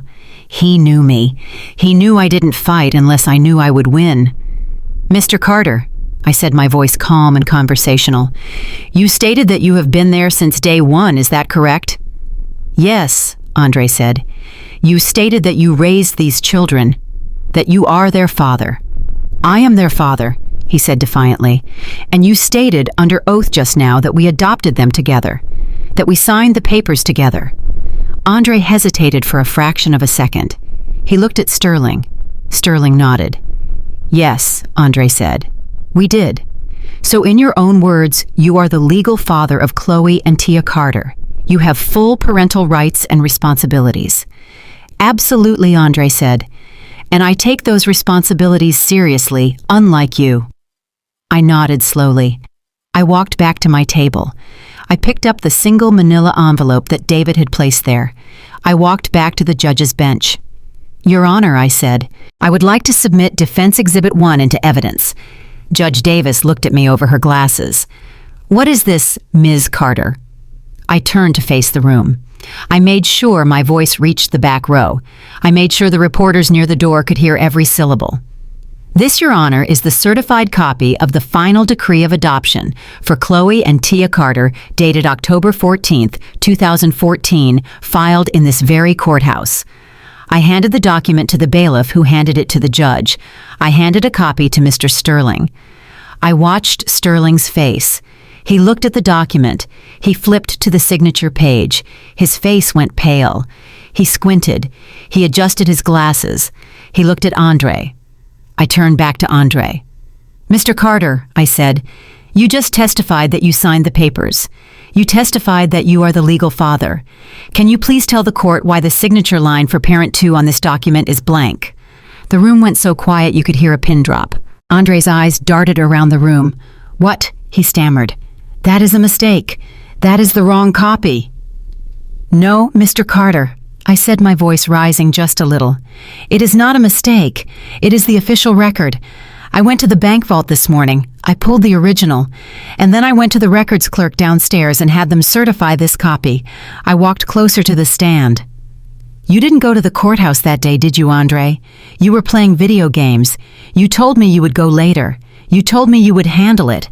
But you were too lazy. You were too busy living off my money to bother securing your rights to the children you claim to love so much." Sterling jumped up. "Objection, Your Honor.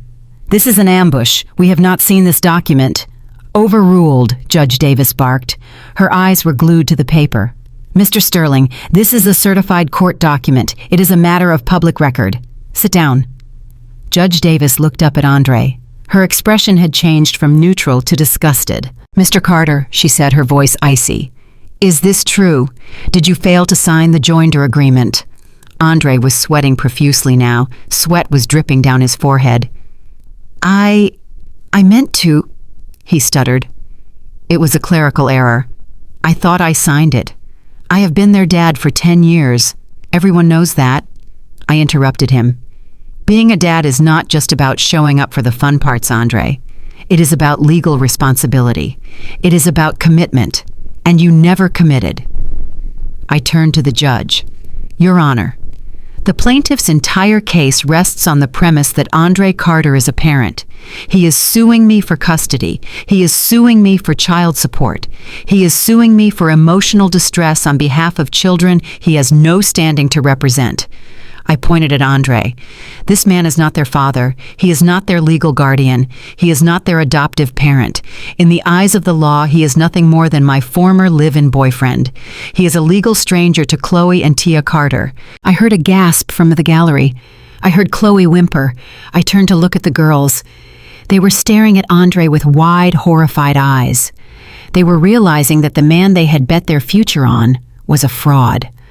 I continued relentless. Since he is not a parent, he cannot sue for custody. Since he is not a parent, he cannot sue for support.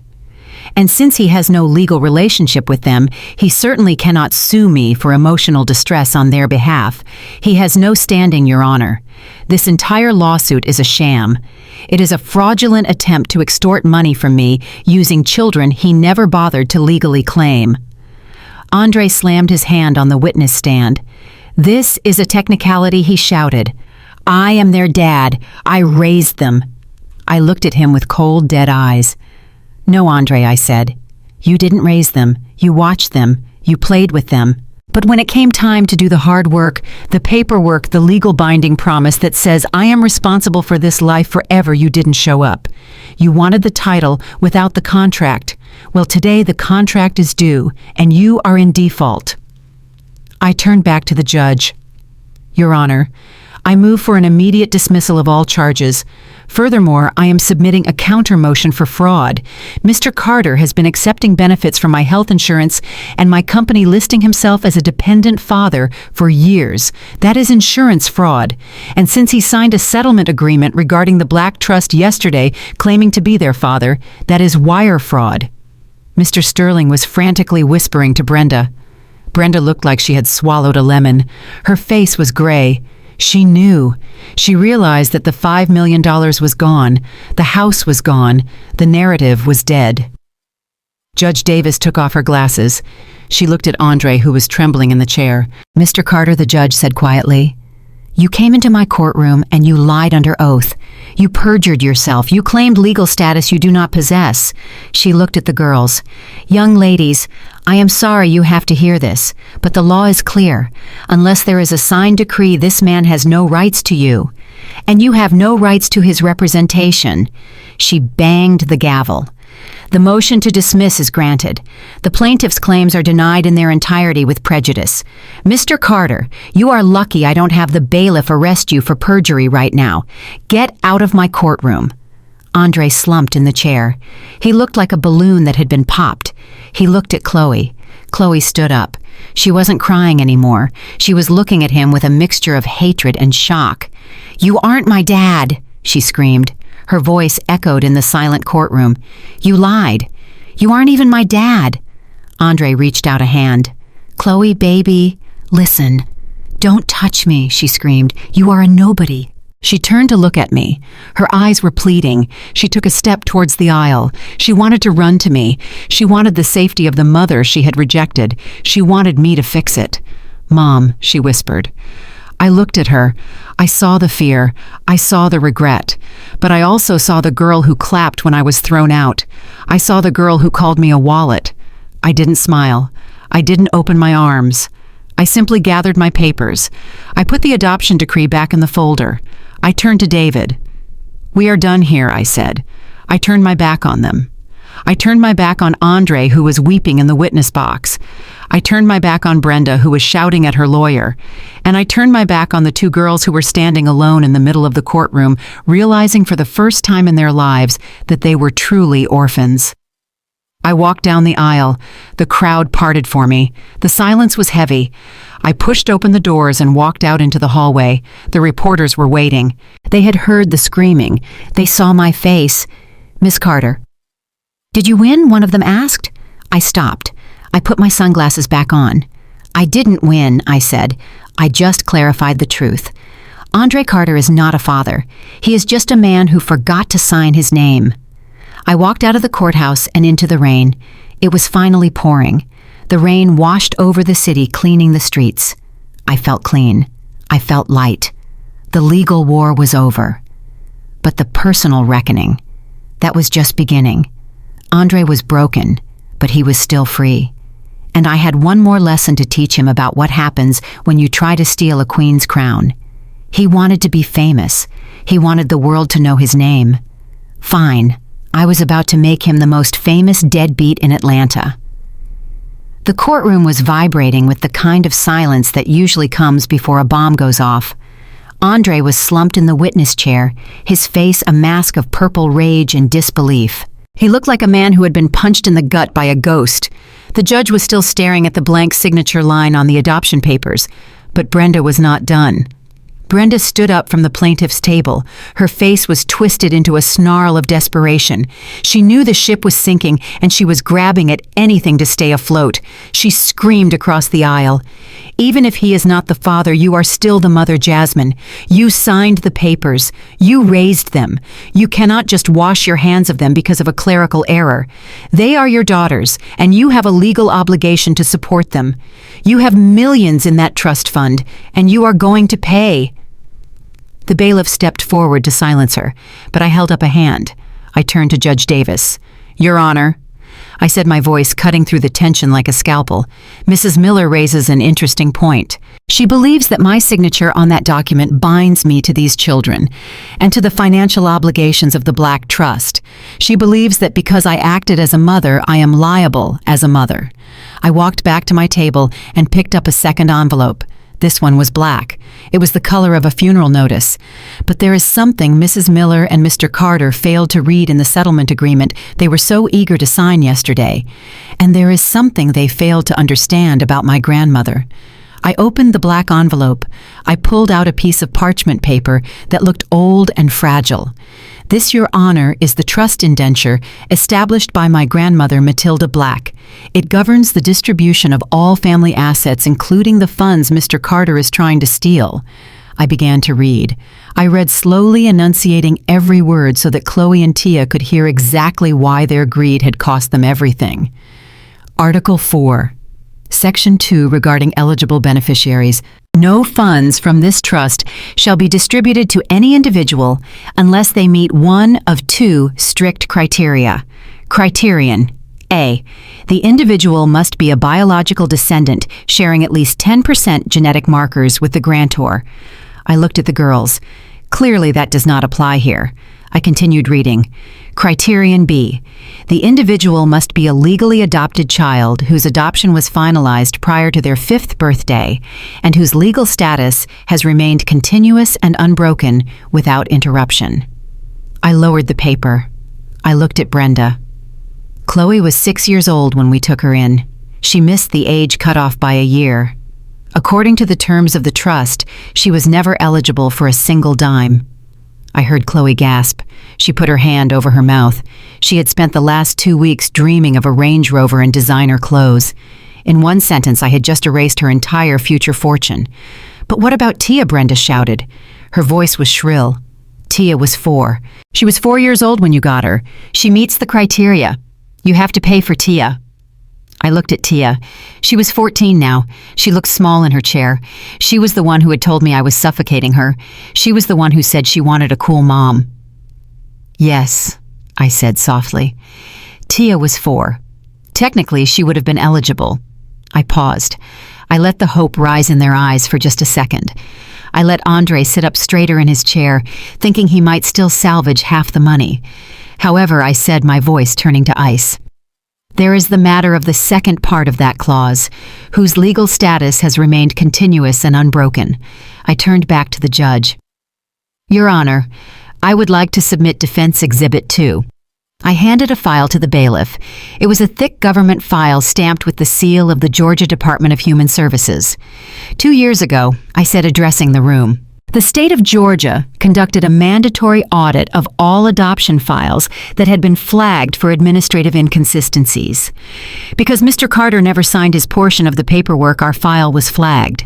The state sent a notice to our home requiring a mandatory in-person interview with both parents to rectify the error and recertify the adoption as permanent. I looked at Andre. Do you remember that notice, Andre? It came in the mail on a Friday. It was a bright red envelope. I put it on your placemat at dinner. I told you it was urgent. I told you that if we didn't go down to the office and fix the paperwork, the state would revoke the finalization order. Andre stared at me. His mouth opened and closed like a fish. He remembered. I could see it in his eyes. You told me you were too busy, I continued. You said you had a fantasy football draft that weekend. You said the government was just being bureaucratic and that they would never actually cancel an adoption after 8 years. You threw the letter in the trash. I turned back to the judge. He didn't go, Your Honor. And because he didn't go, the state followed through on their threat. On August 1st, 2022, the Superior Court issued an administrative order vacating the final adoption decree due to noncompliance. Gasps erupted in the courtroom. Real, genuine shock rippled through the gallery. I pointed to the document in the judge's hand. That document, Your Honor, is the order. It states clearly that the legal adoption of Chloe and Tia Carter was nullified. It reverted their status back to wards of the state. I took a step closer to the girls. For the last 2 years, I have not been your legal mother. I have been your court-appointed foster parent. I have been a temporary guardian. I kept this from you because I didn't want you to feel insecure. I didn't want you to know that your father's laziness had technically made you orphans again. I reapplied for foster status immediately, so I could keep you in my home. I paid the bills. I signed the permission slips. I acted as your mother because I loved you. I let that sink in. But legally, I am just a volunteer. I am a foster mom, and under Georgia law, a foster parent's obligations end the moment the child is removed from their care or the moment the foster parent resigns their commission. I looked at Andre. When you threw me out of my house on my birthday, Andre, when you told the police I was trespassing, you effectively removed the foster parent from the premises. You severed the placement. I turned to the judge. Your Honor, since I am no longer residing in the home, and since I have formally withdrawn my petition for guardianship as of this morning, I have no legal relationship with these children whatsoever. They are not my blood. They are not my adopted daughters. They are wards of the state of Georgia. The silence in the courtroom was absolute. It was a vacuum. Brenda fell back into her chair. Her face was gray. She realized what this meant. No mother, no father, no trust fund, no child support. Chloe stood up. She was shaking violently. That is not true, she screamed. You are lying. You are my mom. You have to be my mom. I looked at her. I felt a twinge of the old pain, the old love. But then I remembered the live stream. I remembered her mocking my clothes. I remembered her clapping. I am sorry, Chloe, I said. I wanted to be. I tried to be. But you made your choice. You chose the cool dad. You chose the party. Well, now you have him. Mr. Sterling stood up. He looked pale. Your Honor, he stammered, if this is true, if Ms. Carter is not the legal parent, then your clients are in the custody of Child Protective Services. Judge Davis finished for him. Her voice was grave. The judge looked at the papers. She flipped through them, verifying every date, every stamp. She looked up at Andre, who was now sobbing into his hands. Mr. Carter, she said, you have destroyed this family. Your negligence is astounding. She turned to the bailiff. Call the representative from CPS. We need an emergency placement officer here immediately. Placement officer. The words hung in the air like a death sentence. Tia started to cry, a high-pitched wail of a terrified child. She ran towards the railing. Mom, she screamed, reaching for me. Mom, please, I am sorry, I didn't mean it. Don't let them take us. I stood there in my white suit. My heart was breaking, but my face was stone. I had warned them. I had told them that my sympathy was over. I looked at Tia. I am not your mom, Tia, I said, my voice trembling just slightly. I am just the wallet, remember? And the wallet is closed. I turned to David. Let's go. As we walked towards the exit, the reality of what I had done crashed down on the room. This was not just a legal victory. This was an annihilation. I heard the heavy doors of the courtroom open. 2 women in business suits walked in wearing ID badges on lanyards. Social workers. They were carrying clipboards. I stopped at the door and looked back one last time. I saw the social workers approach Chloe and Tia. I saw Andre trying to argue with them, but the bailiffs were holding him back. I saw Brenda trying to sneak out the side door. The girls were clinging to each other, just like they had 10 years ago in that office. But this time I wasn't there to save them.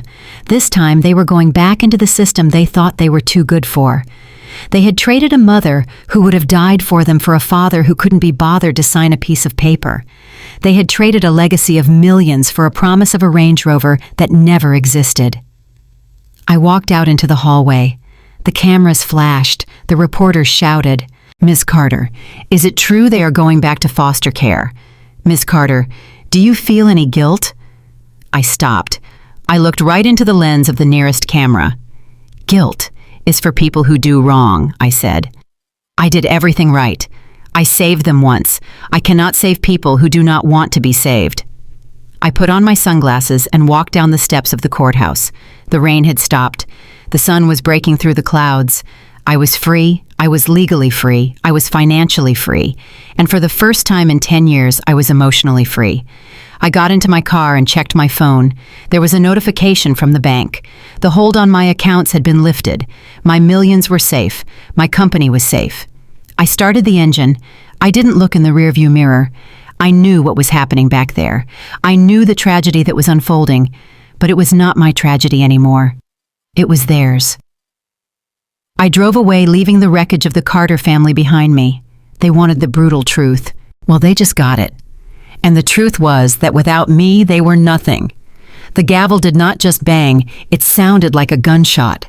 I watched as Judge Davis leaned over her bench, her eyes locked on Andre like a predator staring down wounded prey. The civil case was dismissed, but she was not finished. She picked up the settlement agreement, the very document Andre had signed, with such arrogance in the lawyer's office just 24 hours ago. Mr. Carter, the judge, said, her voice low and dangerous. In my hand, I hold a document titled Consent Decree for Release of Trust Funds. It is dated yesterday. It bears your signature. And right above your signature, there is a clause where you swore under penalty of perjury that you were the legal father of these children. Andre was shaking so hard his chair was rattling against the floor. He tried to speak, but only a squeak came out. The judge continued. You signed this document to access funds that did not belong to you. You knowingly misrepresented your legal status to defraud a trust fund. In the state of Georgia, sir, that is not just a lie. That is theft by deception. That is wire fraud. And that is a felony. She looked at the bailiff. Officer, take Mr. Carter into custody. I am holding him in contempt of court for perjury committed in my presence, and I am referring this matter to the district attorney's office for immediate prosecution regarding the attempted fraud of the Black Trust. The room erupted. It was chaos. Real, genuine chaos. Andre screamed. No, you can't do this. I didn't know. It was a mistake. I watched as two bailiffs moved in. They did not be gentle. They grabbed Andre by his arms. They pulled him out of his chair. He kicked and struggled like a child throwing a tantrum. The man who had strutted around my house like a king was being dragged away like a common criminal. Brenda stood up, her face a mask of pure terror. She grabbed her purse and tried to push her way out of the row, but the crowd was blocking her. She knew she was next. She knew that as a co-conspirator, her name was all over those lawsuits. She looked at me, and for the first time in 10 years, I saw respect in her eyes. No, not respect, fear. She was terrified of me. But I did not care about Andre. I did not care about Brenda. My eyes were fixed on the two figures sitting in the front row, Chloe and Tia. They were frozen. They watched the bailiff snap the handcuffs onto Andre's wrists. The metallic click echoed through the room, cutting through the noise. They watched their savior, their fun dad, their ticket to the high life being marched out the side door towards the holding cells. And then they looked at the empty chair where he had been. And then they looked at the two women standing next to them, the social workers. One of the women, a stern lady with a clipboard, knelt down next to Tia. She spoke softly, but in the quiet that followed Andre's exit, her words carried to where I stood. Tia, Chloe, the woman said, I am from the Department of Family and Children's Services. Since there is no legal guardian present and no family member with cleared status to take you, we have to take you into emergency protective custody. Chloe blinked. Her false eyelashes were peeling off from her tears. What does that mean? She whispered. Are we going to a hotel? The social worker sighed. No, honey. We are taking you to the intake center downtown. It is a temporary group home. You will stay there until we can find a foster placement for you. We have to pack your things from the house today. You can bring one bag each. One bag. I saw the reality hit Chloe like a physical blow. One bag. Not her closet full of designer clothes. Not her shoe collection. Not the makeup. One bag. Group home. She knew what that meant. She remembered. Even though she was only 6 when I took her, she remembered the smell of the group home. She remembered the bunk beds with the thin mattresses. She remembered having to ask permission to open the fridge. She remembered the noise and the fighting and the feeling of being utterly alone in a room full of people. She had spent 10 years living in a mansion with a private bathroom and a pool. She had spent 10 years forgetting where she came from. And now, in the blink of an eye, she was going back. No. Chloe shrieked. No, I am not going back. I am not a foster kid. I am rich. My mom is rich. She spun around. Her eyes found me. I was standing by the table putting my sunglasses into my purse. I looked calm. I looked expensive. I looked like everything she had thrown away. Chloe jumped over the railing. The social worker tried to grab her, but she was fast. She ran down the aisle towards me. Tia followed her, sobbing so hard she was choking for air. They reached me before the bailiff could stop them. They fell to their knees, literally on their knees on the dirty courtroom floor, ruining their stockings, grabbing the hem of my white suit. "Mom," Chloe cried. "Mom, please. Tell them you are our mom. Do not let them take us."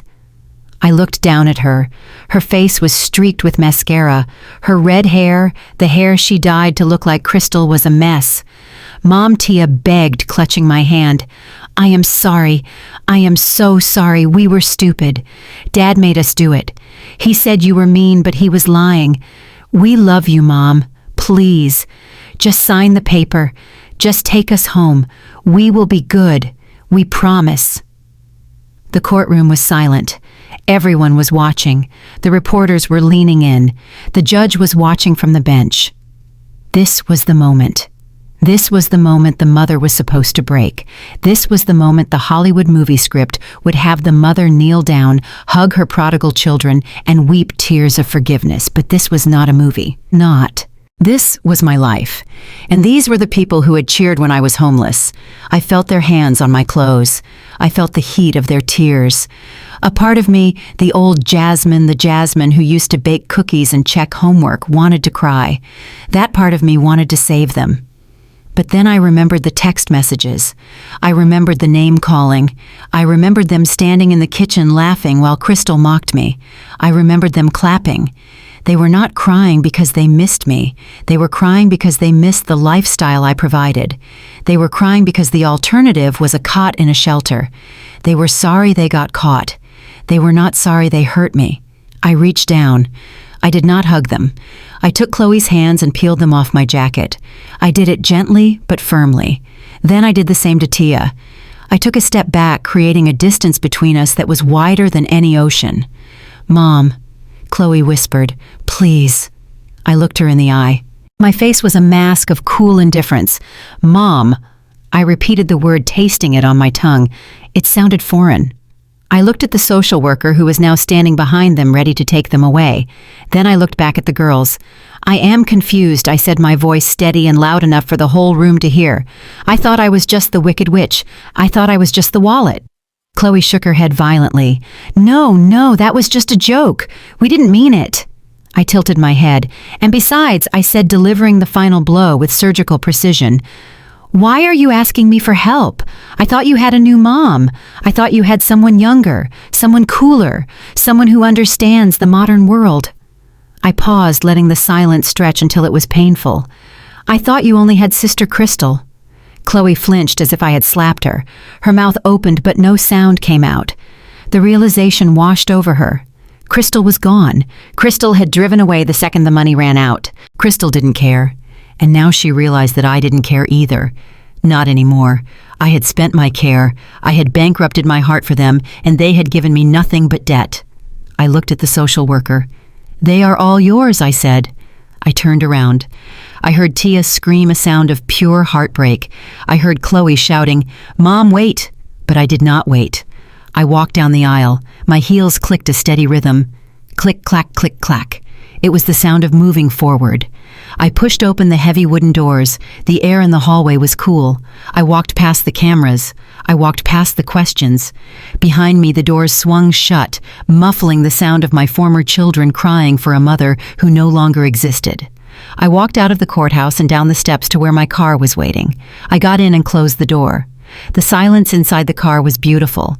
I looked at my hands. They were steady. I looked in the rearview mirror. My makeup was perfect. I had lost a husband who was a fraud. I had lost 2 daughters who were strangers. But as I started the engine and felt the power of the car beneath me, I realized what I had found. I had found myself. I put the car in drive and pulled away from the curb. I did not look back at the courthouse.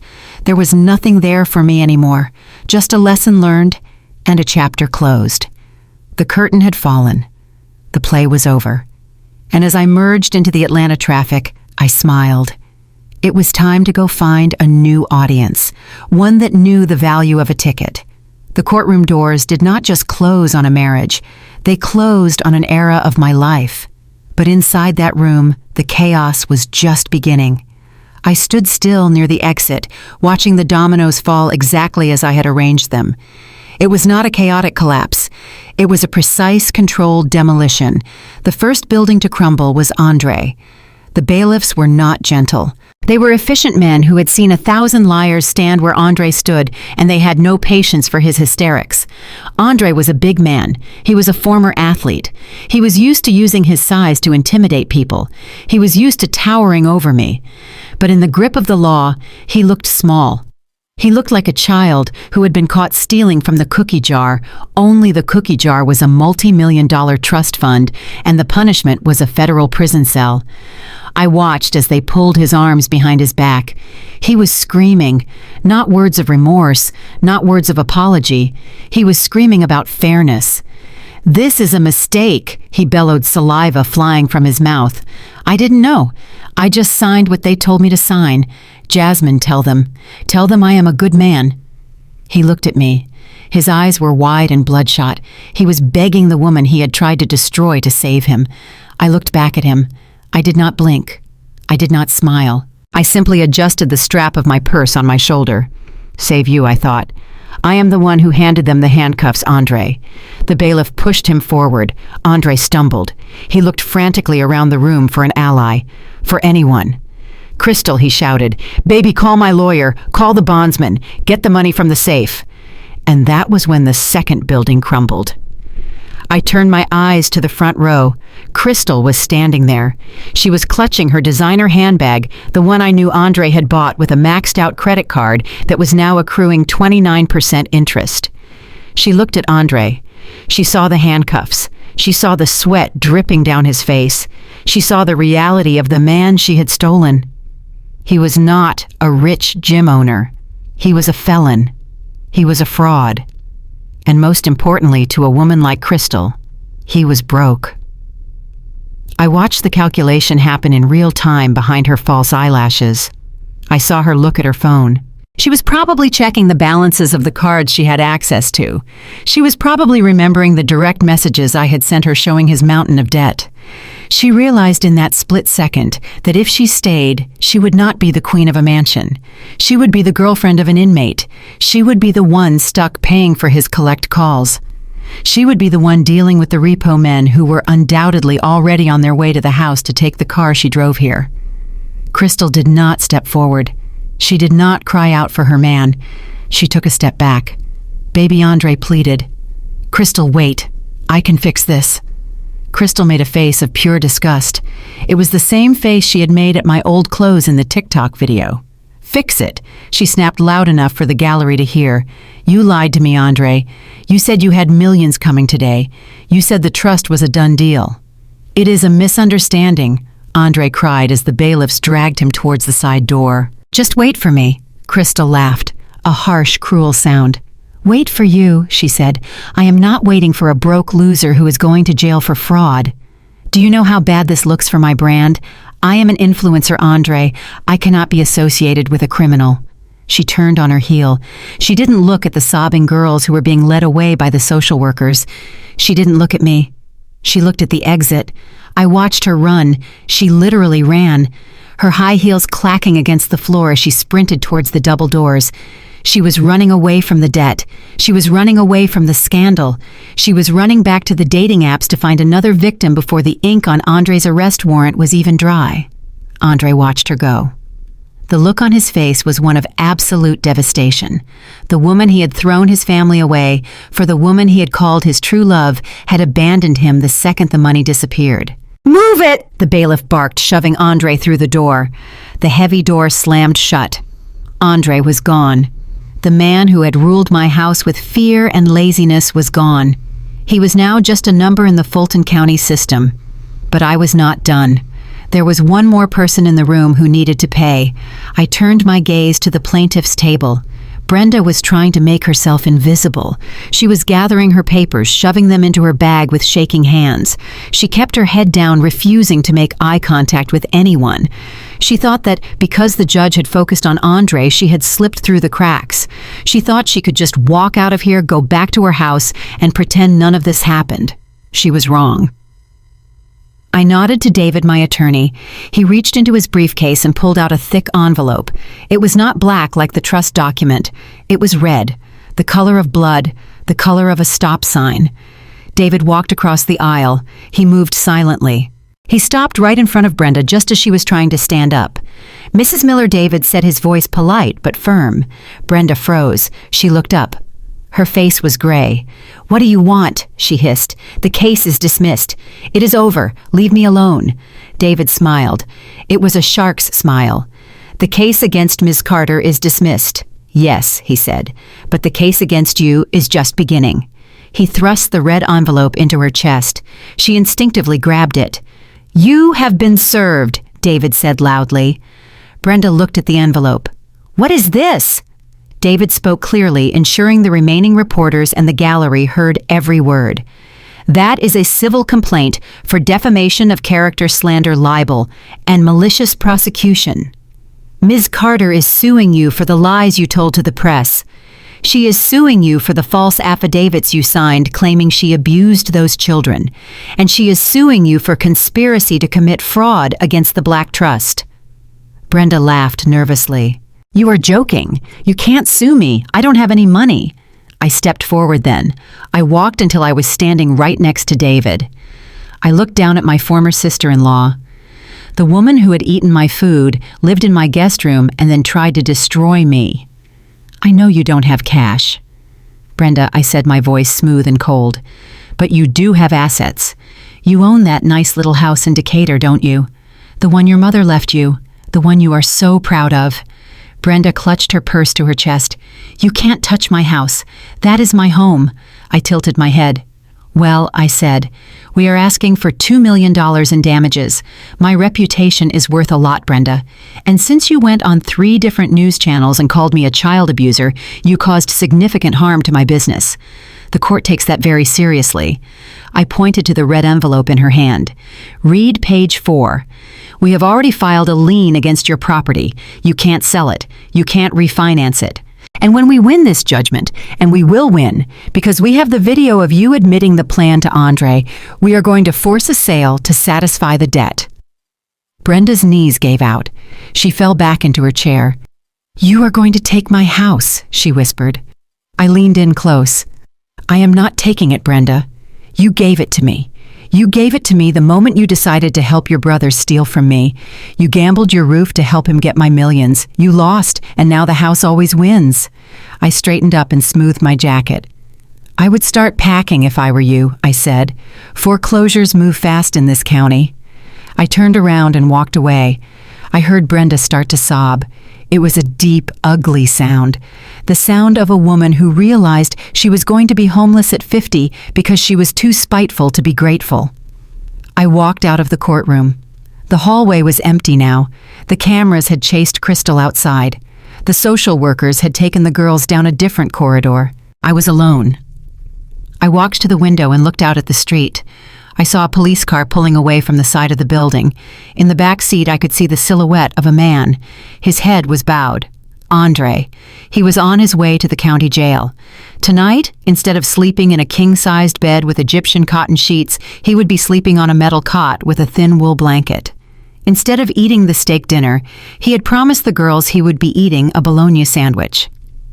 I thought about the last 10 years. I thought about the times I had covered for him, the times I had paid his debts and told myself it was for the good of the family. I thought about the times I had let Brenda disrespect me because I wanted to keep the peace. I had been a builder. I had built a home. I had built a business. I had built a family. But they had mistaken my construction for weakness. They thought that because I built things, I wouldn't know how to demolish them. They were wrong. I watched the police car disappear around the corner. Andre was gone. Brenda was finished. Crystal was running. And the girls were gone. The slate was not just clean, it was wiped raw. I felt a vibration in my pocket. I pulled out my phone. It was an email from my bank. Subject: transfer complete. I opened it. It was a notification that the funds I had moved to a new secure offshore trust had cleared. My money was safe. My legacy was safe. I took a deep breath. The air in the hallway smelled of floor wax and justice. I walked towards the elevator. My steps were light. I didn't feel lonely. I felt unburdened. I felt like a diver who had been dragged down by weights for a decade and had finally cut the rope. I hit the button for the lobby. As the doors opened, I saw my reflection in the mirrored wall. I looked at the woman staring back at me. She looked tired, yes, but she looked strong. She looked like a survivor. I stepped into the elevator. The aftermath was not a tragedy. It was a cleansing. A forest fire burns everything down, but it also clears the ground for new growth. The dead wood was gone. The parasites were gone. Now I could grow. I walked out of the courthouse and into the sun. The world was loud and busy and bright. People were rushing to lunch. Cars were honking. Life was moving on. And so was I. I had a business to run. I had art to appraise. I had a life to live, a life that belonged only to me. I put on my sunglasses and hailed a taxi. "Where to, lady?" the driver asked. I smiled.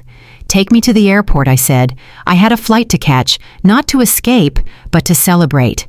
I had a ticket to Paris. First class, the same ticket Crystal had bragged about booking, except mine was paid for with my own money, and I was going alone. I was going to drink champagne under the Eiffel Tower.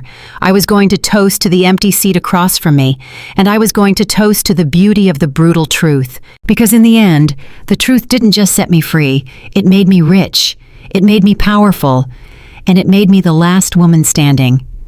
The week after the trial, I went back to the house in Buckhead, exactly one time. I did not go to reminisce. I did not go to cry over the ghosts of the family I thought I had. I went to supervise the movers. I stood in the marble foyer, wearing a construction helmet and a dust mask, watching a team of men carry out the furniture. I told them to take everything. Take the white sofa where Andre used to sit and drink beer while I worked late. Take the dining table where Crystal sat and open my birthday gifts. Take the beds where my daughters slept under $300 duvets while plotting my destruction. I did not want any of it. To me, those objects were not furniture. They were evidence. They were contaminated by the lies that had lived inside these walls. My real estate agent, a shark named Linda, walked in, clicking her heels on the empty floor. "Jasmine," she said, her eyes wide, "you are stripping it to the studs." I nodded. "I want it empty, Linda. I want it to look like nobody ever lived here. I want to sell the house, not the home, because the home was a lie. We listed it on a Friday. By Sunday, we had a bidding war. It turns out that a mansion in Buckhead with a scandalous history is quite the commodity. I sold it for $2.5 million. That was $500,000 more than I paid for it. Andre wanted the house so bad. He wanted to kick me out of it. In the end, his greed drove the value up and put the profit directly into my pocket. I took that check. I held it in my hand. It was a piece of paper, but it felt heavy. It felt like the weight of 10 years of wasted love. I could have bought a bigger house. I could have bought an island. But I didn't want to buy things anymore. I wanted to buy a legacy. I called my lawyer David and told him to set up a meeting with the board of the local community college. I told him I wanted to start a foundation, the Jasmine Carter Scholarship for Excellence, but this was not going to be a charity for just anyone. I wrote the bylaws myself. To qualify, the student had to be an orphan or a ward of the state. They had to have a 3.8 GPA. But most importantly, they had to write an essay. The topic of the essay was simple. What does loyalty mean to you? I read the first batch of applications myself, sitting in my new penthouse apartment overlooking the city. I read stories of kids who had nothing but gave everything to their siblings. I read stories of kids who worked 3 jobs to buy their foster mom a birthday cake. I found a girl named Maya. She was 18. She had aged out of the system. She was working as a janitor to pay for nursing school. In her essay, she wrote, "Loyalty is not about who you are related to. It is about who stays when it rains." I cried when I read that. I didn't cry for Chloe or Tia. I cried because I realized that my love had not been the problem. My target had been the problem. I had poured my water into cracked cups and wondered why they never filled up. I gave Maya a full ride. I paid her tuition. I paid her rent. I bought her a car. When I handed her the keys, she didn't ask for a Range Rover. She fell to her knees and thanked God, and then she hugged me. It was a real hug. A hug that smelled of gratitude and hard work. That hug healed me more than any therapy session ever could. A month later, I was driving down Piedmont Road. It was a Tuesday afternoon. The sky was a brilliant, unblemished blue. I was behind the wheel of my new car. It was not a sensible sedan. It was a convertible Mercedes two-seater in a shade of silver that looked like liquid mercury. The top was down. The wind was whipping through my hair. I was on my way to the airport to fly to Paris, but I decided to take the scenic route. I wanted to drive past the old neighborhood one last time, not to look at the house, but to look at the distance I had traveled. Traffic slowed down near the intersection of Piedmont and Lindbergh. There was a bus stop there. A crowded, dirty bus stop where the city transit collected the people who had nowhere else to go. I tapped my fingers on the leather steering wheel, humming along to the jazz music playing on the stereo. I looked to my right, and then I saw them. At first, my brain didn't register who they were. They looked so different. They looked smaller. Chloe was wearing a faded gray hoodie that was 2 sizes too big. Her bright red hair, the hair she had dyed to look like crystal, had faded to a washed-out orange. It was pulled back in a messy knot. She wasn't wearing makeup. Her face looked pale and tired. She was holding a plastic grocery bag. Next to her sat Tia. She was huddled on the metal bench trying to stay warm, even though it was 70 degrees. She was wearing jeans that were frayed at the hems and dirty sneakers. She had her head on Chloe's shoulder. She looked defeated. They were not fighting, they were not laughing, they were just surviving. I realized with a jolt that they were waiting for the number 39 bus. That was the bus that went out to the industrial district where the state group homes were located. They were in the system now. They were living the life I had saved them from 10 years ago. They were back to being a number in a file. No private school, no trips to Miami, no pizza on demand. Just the harsh gray reality of consequences. The traffic light turned red. My car idled right in front of the bus stop. I was less than 10 feet away from them. I felt a tightening in my chest. It was an instinct, a biological lie that told me I should pull over. I should open the door. I should tell them to get in. I should take them to lunch and buy them clothes and fix it. I looked at Chloe's face. She was staring at the ground, kicking a pebble with her shoe. Then she looked up. Her eyes swept over the traffic. She looked at the Mercedes. She looked at the woman in the driver's seat. Our eyes locked. I saw the shock register on her face. Her mouth dropped open. She nudged Tia. Tia looked up. I saw the recognition. I saw the flash of hope. For a second, I saw the little girl I had bathed and fed. I saw the daughter I had loved. But then another image superimposed itself over that one. I saw Chloe clapping at my birthday party. I saw her screaming at me in the lawyer's office. I heard her voice saying, "You are just a wallet." They took a step forward. Chloe raised her hand. It was a tentative wave, a beggar's wave. She mouthed the word, "Mom, Mom." The word hung in the air between us, invisible and heavy. I looked at them. I really looked at them. I saw 2 strangers. I saw 2 people who had made a calculated decision to destroy me for profit. I saw 2 people who had gambled their mother's love on a roll of the dice and lost. If I stopped now, if I opened that door, I would not be saving them. I would be teaching them that betrayal has no price. I would be teaching them that they could stab people in the back and still get a ride in a Mercedes. I would be teaching them that I was a doormat, and Jasmine Carter is not a doormat. I reached into my purse on the passenger seat. My hand brushed against the cool plastic of my designer sunglasses. I picked them up. I looked at Chloe one last time. I didn't frown. I didn't scowl. I just let my face go blank. I erased all the emotion. I erased the anger. I erased the love. I slid the sunglasses onto my face, covering my eyes, covering my soul. The light turned green. I didn't look back. I pressed my foot down on the accelerator. The engine roared. The car surged forward, leaving the bus stop behind in a blur of motion. I drove away. I drove toward the highway. I drove toward the airport. I drove toward Paris. As the wind rushed past my ears, I felt a tear slide down my cheek from behind the sunglasses. I let it fall.